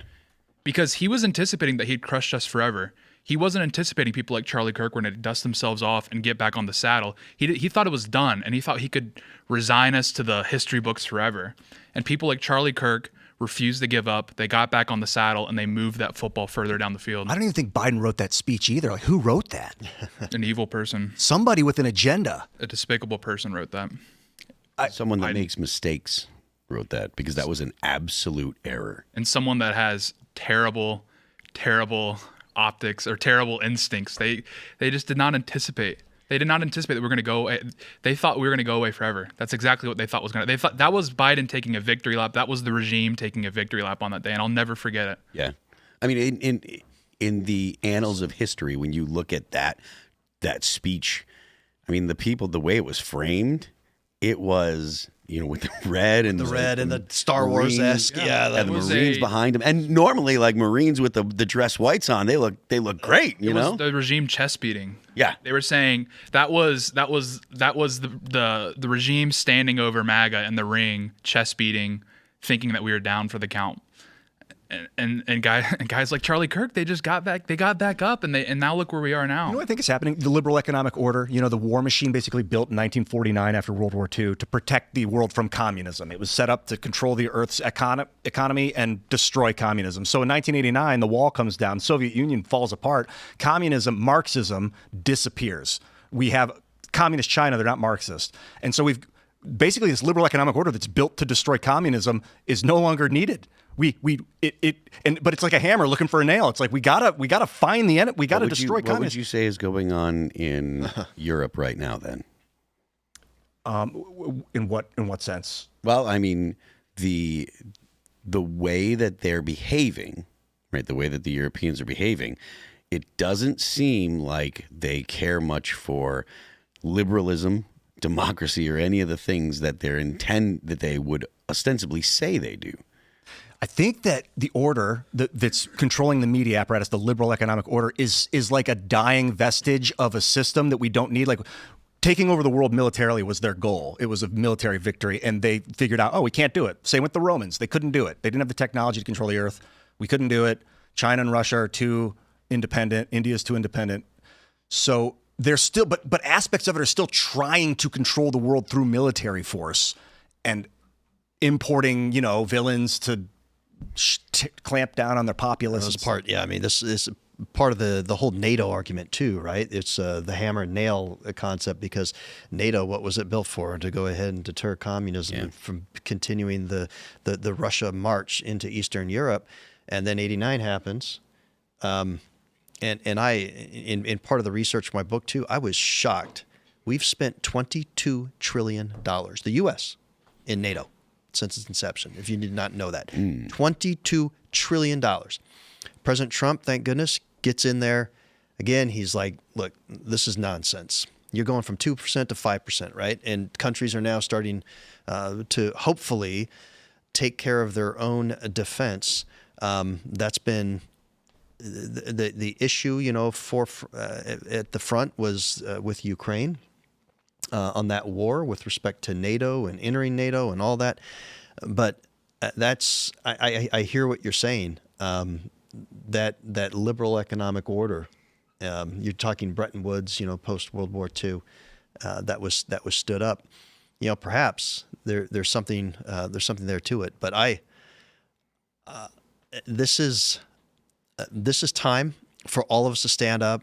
I was just sitting there checking my phone. I saw some text messages come in, flooding in. People love the fact that I'm on Timcast, by the way. Great news. Awesome. But they said, look, one person, a friend of mine in particular, said, I am done. And this is somebody I would have never expected to make these comments, right? Just based on they watched the show tonight. They watched Erika. And he said, quote, I am done being the silent part of the silent majority. What can I do? Good. And Good to hear. With the grace of God, we are going to get there. We are going to have, I think this is going to start to take off. I think you've got millions of people like my friend who just sent that text message and saying, it's time to stand up. Forget it. Gloves off. We want to move the ball down the field. We know what time it is. We're awake. We know who we're dealing with. These monsters that want to dehumanize us, that view us as garbage, and given the opportunity, right, as you pointed out, they are going to wield the levers of governmental power as far as they possibly can. Yeah. They've done it before. There's no question that when the Democrats get back in power, if there has not been a significant cultural change in the United States, they absolutely will use the levers of government against their political rivals. You know what? When you were saying we need to encourage the government to tamp this thing down, the violent rhetoric. That the imagery you said there, a shirt was printed of Charlie with his neck wound. Not just a shirt. Someone 3D printed a statue of Charlie when he the moment he was shot. That might be that's a blurry line. That might be considered illegal. You might be able to consider that illegal. It's not just saying, it's like showing the imagery of someone getting killed over and over again. When that's kind of if someone made a deep fake of me getting killed and they put it on the internet and they played it over and over, I would feel like I would like a legal recourse to have that taken down. Yeah. Well, listen, it's getting a little late, so we're gonna go to super chats now. So smash the like button, share the show with everyone you know. Go to timcast.com, become a member. Go to rumble.com, become a member there. There's no after show tonight because it's Friday, but we will be back on Monday with hopefully more positive news and stuff. But for right now, we are going to read some of your super chats. From Billy the Crayon says, I put up flyers today around my school with a picture of Charlie Kirk asking for prayers for him and his family. They were immediately taken down, and now I'm facing retaliation from the school. My school is a certain aeronautics school in New York City. Unbelievable. So this just, it's illustrative of the point that I've been trying to make. The guy was just murdered. And they'll say, oh, this is inflammatory. Right. That I don't know. Obviously, I'm not the kid or our super chatter, but they will say, well, you can't put these up because this is inflammatory. Just for saying, hey, what exactly was it that he said? Let's see. He said with a picture asking for prayers. Yeah. No, because this is where we need to, we were talking about it earlier, where we need to be able to call these people out, these so-called administrators, these so-called educators, and the longer game here is to ensure that we have school choice, that we end up getting out of just the monopoly that is government-run schools. They've been so far infiltrated with these types of individuals that we've got to start voting with our feet. And I'm talking about parents and standing up and having the ability to get their kids out of hellholes like that. Yeah, homeschool your kids.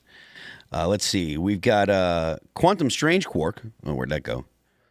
Said, the killing of Charlie Kirk reminded me of this quote.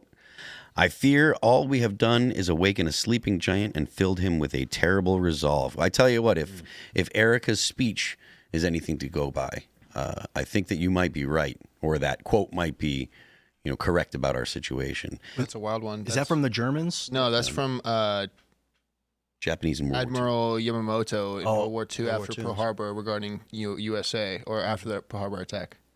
That's a really good quote. Yeah. Yes, man. Wyatt Kaldenberg says, Mao's guerrilla warfare said, when your enemy is strong, run and hide. When your enemy is weak, attack. The right is wrong to cancel events and do other weak things. This only tells the left to attack. That wasn't Mao. That was Sun Tzu. Yeah. That was the Art of War. That's way earlier in China. Long before Mao. Mao ironically tried to get rid of all that stuff. Yeah. Mao tried to end all of the old Chinese history and stuff. I went to high school in Singapore, so I know all the old Chinese stuff, but that's very different than China. It's not the same thing, but yeah, anyways. So, no. No. Let's see. What do we got? Trader Potato said, of course, the demons on the left are celebrating the death of a great man, a sobering reminder of the spiritual war that we're all in. My prayer is, when I die, all of hell rejoices that I am out of the fight. C.T. Stud. Was it actually Stud was his name? I don't know. I don't think it was actually C.T. Stud, but whatever. I think he might have meant like a Chad meme, but on the in the chat. Head on over to Rumble. Sporkwitch says, responding to Erika stating Charlie's goal should he run for office, we need to push to repeal no-fault divorce, restore actual marriage in the U.S. It's the first and necessary step for his vision. Look, Sporkwitch, I do think that would probably be a good thing. You're going to have a whole lot of wine moms that are going to be pushing back. So we have our work cut out for us, but take heart. Because there was a long time where people thought there is no way Roe versus Wade is ever getting overturned. That is settled law and blah, blah, blah. I don't know the specifics around no-fault divorce. I know that Roe was a bad law. It was a poorly decided. It was a bad decision, and they were just justifying their decision because they wanted to make that decision. And when you actually look at the particulars of the case, it was badly decided. So that's part of why Roe actually got turned over. Well, yeah, it's led to the destabilization of the family. This whole no-fault divorce. It's been exponential since then. I talk about that in my book. We started out in the 1950s at around 10% of households or children growing up in single-parent households. It went up to 30%. In some communities, like the African-American community, it's over 60%. My friend and Congressman Burgess Owens talks about this all the time. When he grew up in the era, he said, of Jim Crow in the Deep South, the black community were small business owners. That was taught. The family, marriage, that was talked about all the time. And it was also celebrated.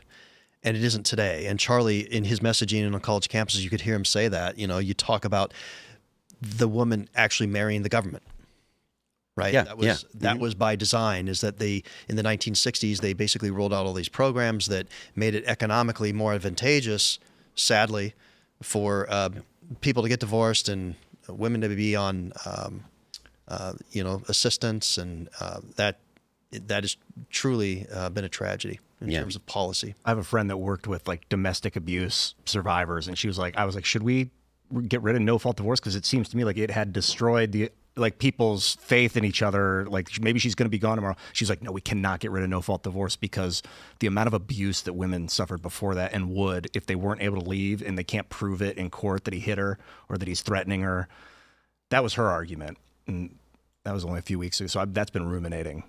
Well, I don't think so, given the domestic violence statutes that are in place right now. I know that I'm somewhat familiar with being a mayor, being the chief law enforcement officer in my community, and sadly, we do get a lot of cases for domestic violence, and those those things are outlined pretty well. I think today that might not cause. I mean, they do have cell phones. Like a woman can just kick her phone, record it, and put it in the drawer. If it's really going down. But then you can deep fake it.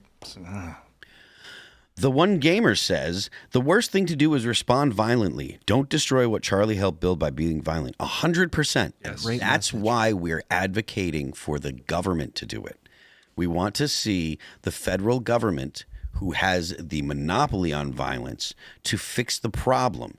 Because what we're seeing now is people taking the problem into their own hands. Shooting at Trump, killing the Democratic lawmakers in Minnesota, and then killing Charlie Kirk. That's what happens when people take the initiative and think, I can fix this. That's not what we want. What we want is the federal government to use its vast power and to look for ways to prevent these things from happening and to take apart the organizations that spread this ideology. Because those organizations have a desire to destroy the United States.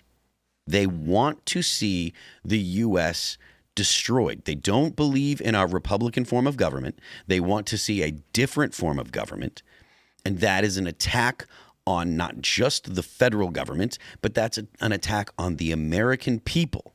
We have a right to Republican government. And we have not decided as a population that we want to change that form of government. So we want the federal government to defend us from those that would destroy our way of life. With the rise of Palantir and the spy network that's being built with, because when Charlie, after they were like, I was like, the shooters at large, then all the security footage came out. I was like, thank God we got security footage. And I'm like, it's like I'm begging for the security state.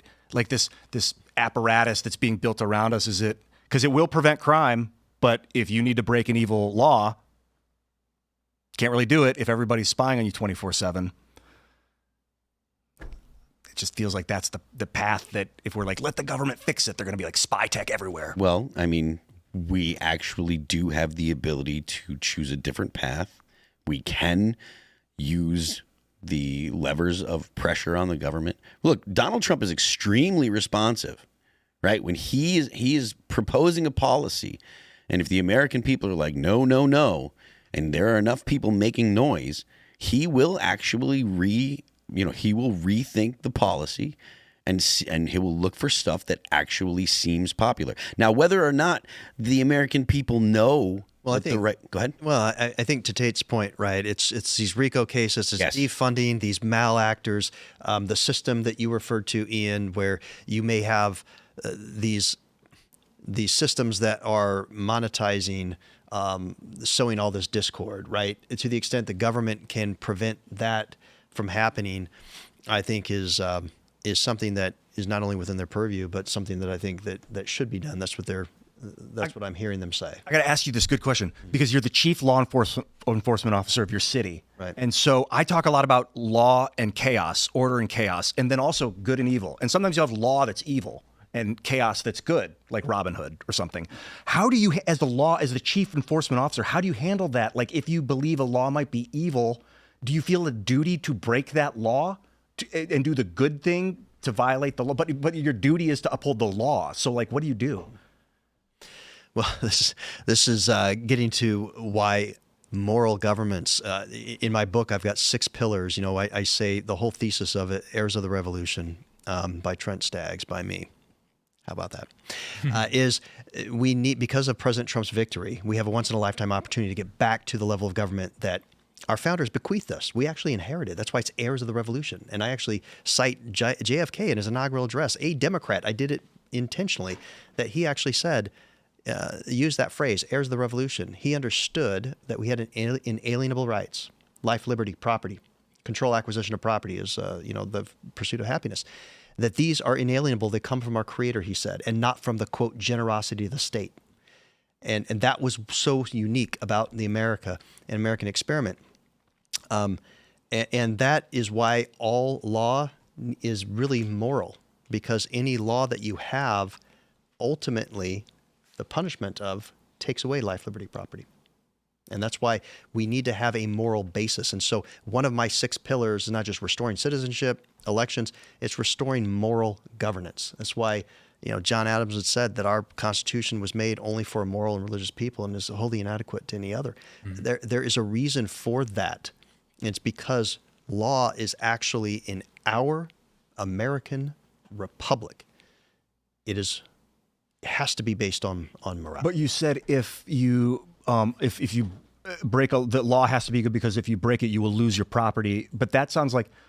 But what if the law is some horrible, evil law that got passed, like the Nazi regime, and then you're like, what do I? Well, we still have a constitution that limits the government. We still have, and states have constitutions as well. So yes, you do have to be wary of bad laws, but they also have to stand up to constitutional scrutiny of the states and of the federal government. The federal government is limited by the Bill of Rights in specific things.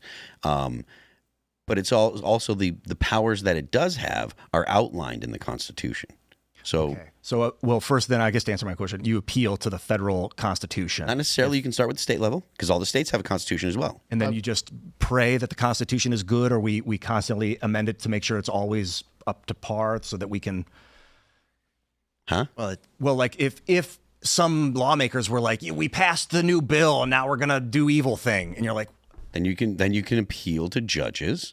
And then if the judge in the district court that you are appealing to say, no, we're going to uphold this law, you then can appeal to the higher court and so on. We have a process for this. So were you going to say, Serge? I was just saying we should get some more of the chats. Yeah. Thanks, I man. hate to be that guy. I really appreciate that. Thanks, guys. Jay Shields says, after working since 6 a.m.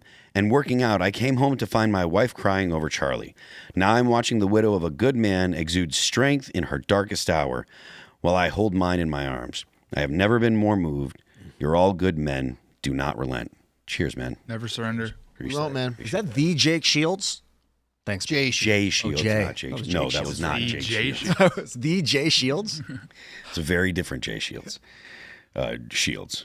Let's see. Mike the Wop says, "What game is Tim playing while this woman pours her heart out? You're a jerk. He wasn't playing a game. It wasn't playing. He's on comms. Wasn't Clash of Clans, guys. Don't. Unbelievable. Tim won't join my clan on Clash of Clans. So don't worry, it's not Clash of Clans. Nasty. On the same topic, here's another one right there, Phil. Luxon says, Tim, I'm sorry. I'm just angry and sad.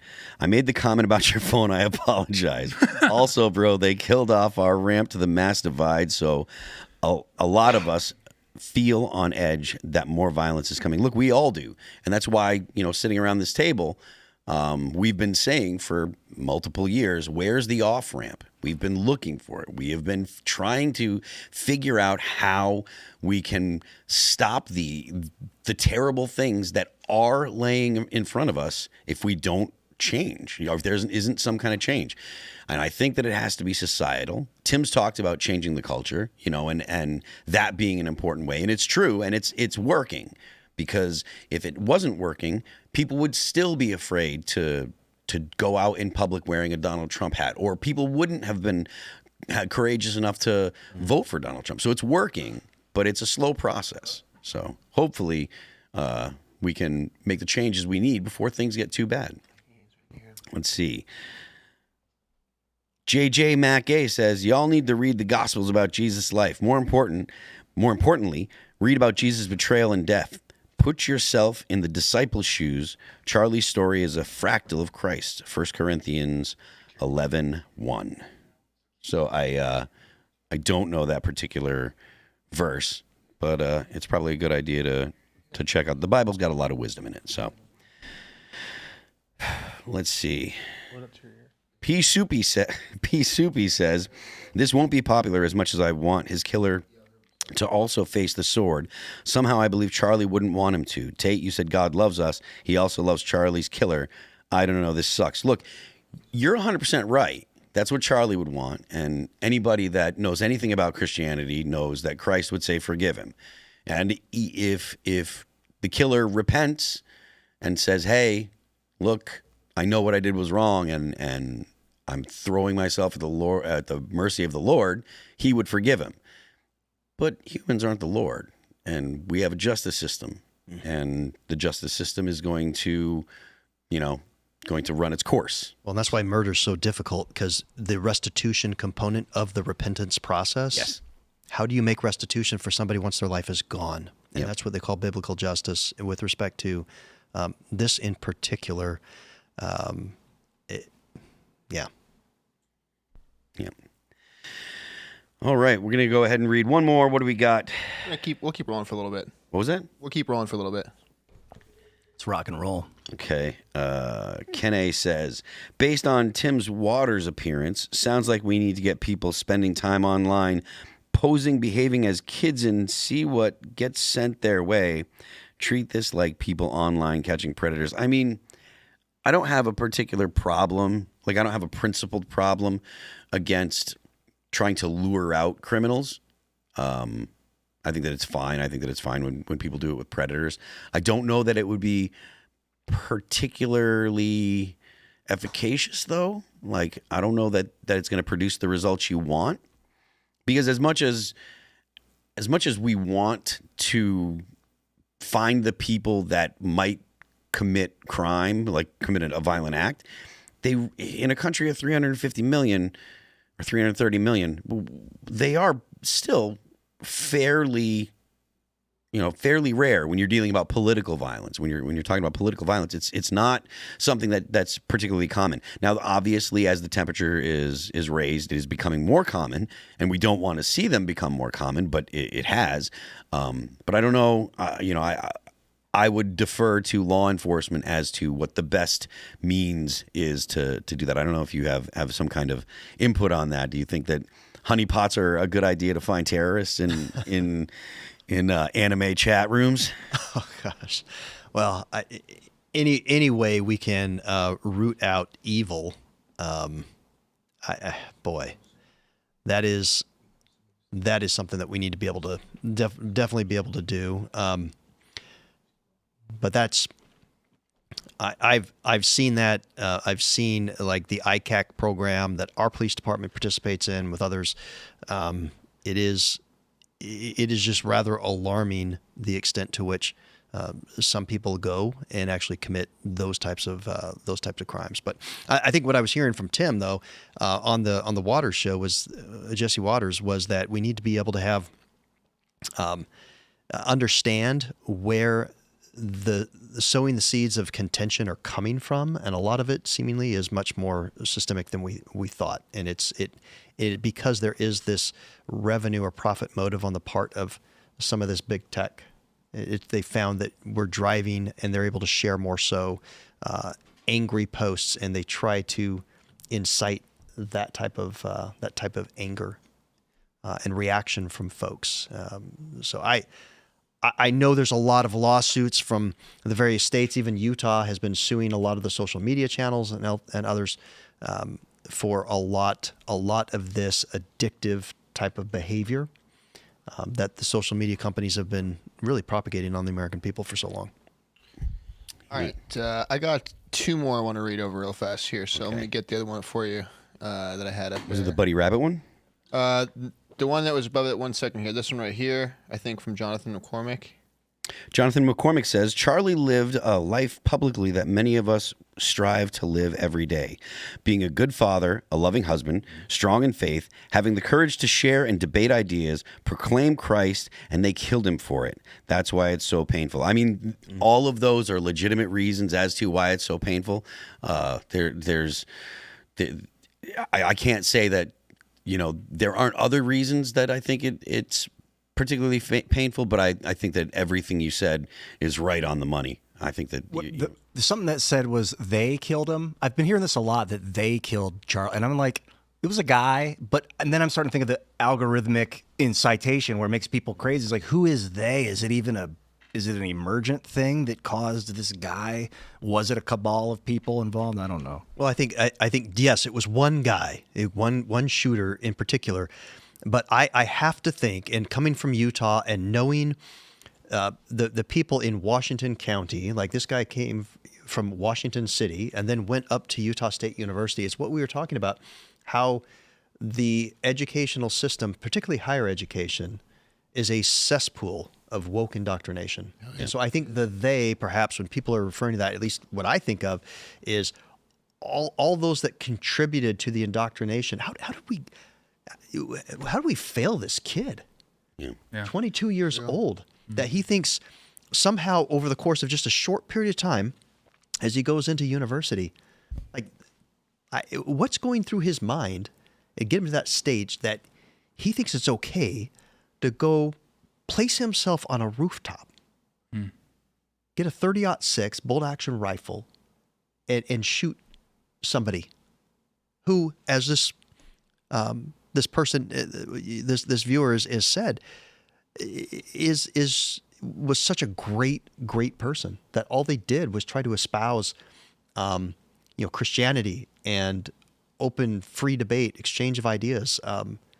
They killed him for it, and that's what he said makes it so painful. And I agree, but I think the they is this, how this kid got radicalized and went from what I can't believe that he was that way early on in his earlier years.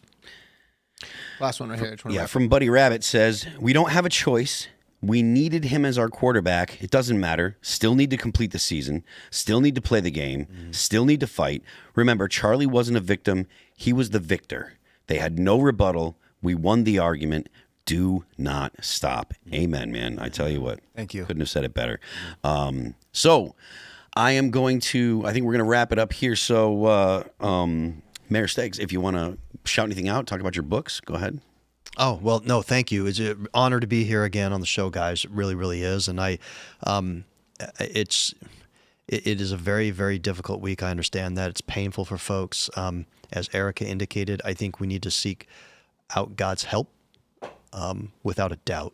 We need the comfort of the Holy Spirit right now.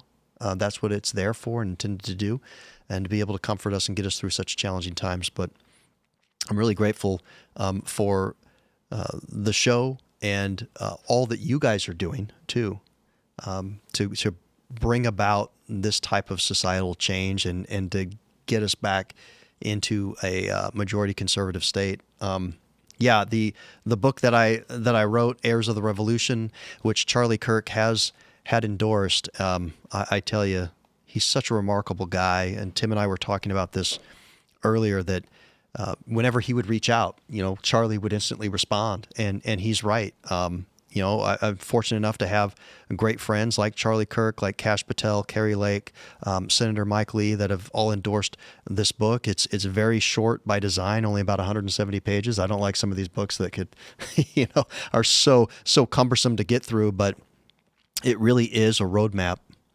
on how we get back to the Republic. Because what I heard over and over again when I was campaigning, when I went around to national events, the levels of freedom and liberty that we were given by our founders back in 1787 with the Constitution is not the same that we have today. I think any objective observer would agree with that statement, because we have had so much regulation and taxation and everything else that's been burdening us over the course of the past 250 years now, and mostly in the last 100.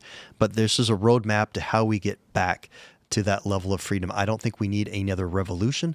I think we need a restoration. It's already there. It was ours.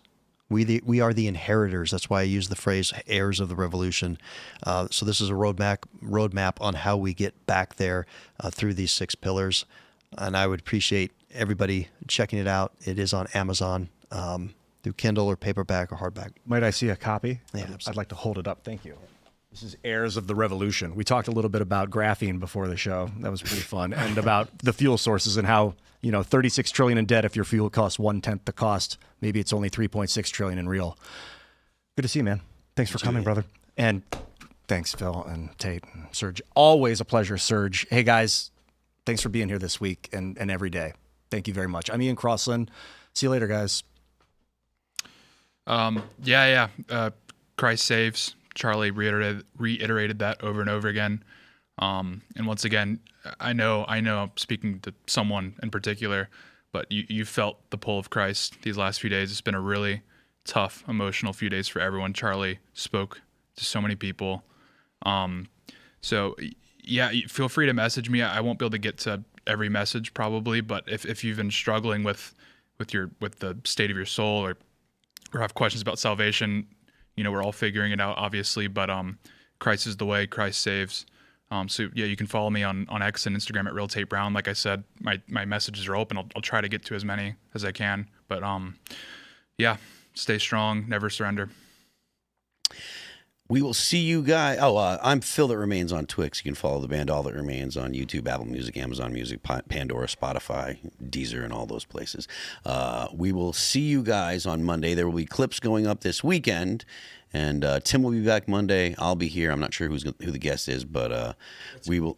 What? Skate tomorrow. Oh yes, the skate. Go to boonies.com or what's the Boonies YouTube page? YouTube.com/boonies. I think it's /Boonies. Okay. Boonies HQ? Is it Boonies HQ? I think it might be BooniesHQ.com. I don't know. Yeah, boonieshq.com. Go there. There'll be the skate competition tomorrow. It's a lot of fun. I'm not a skater, and I still think it's cool. So, yeah, we will see you on Monday.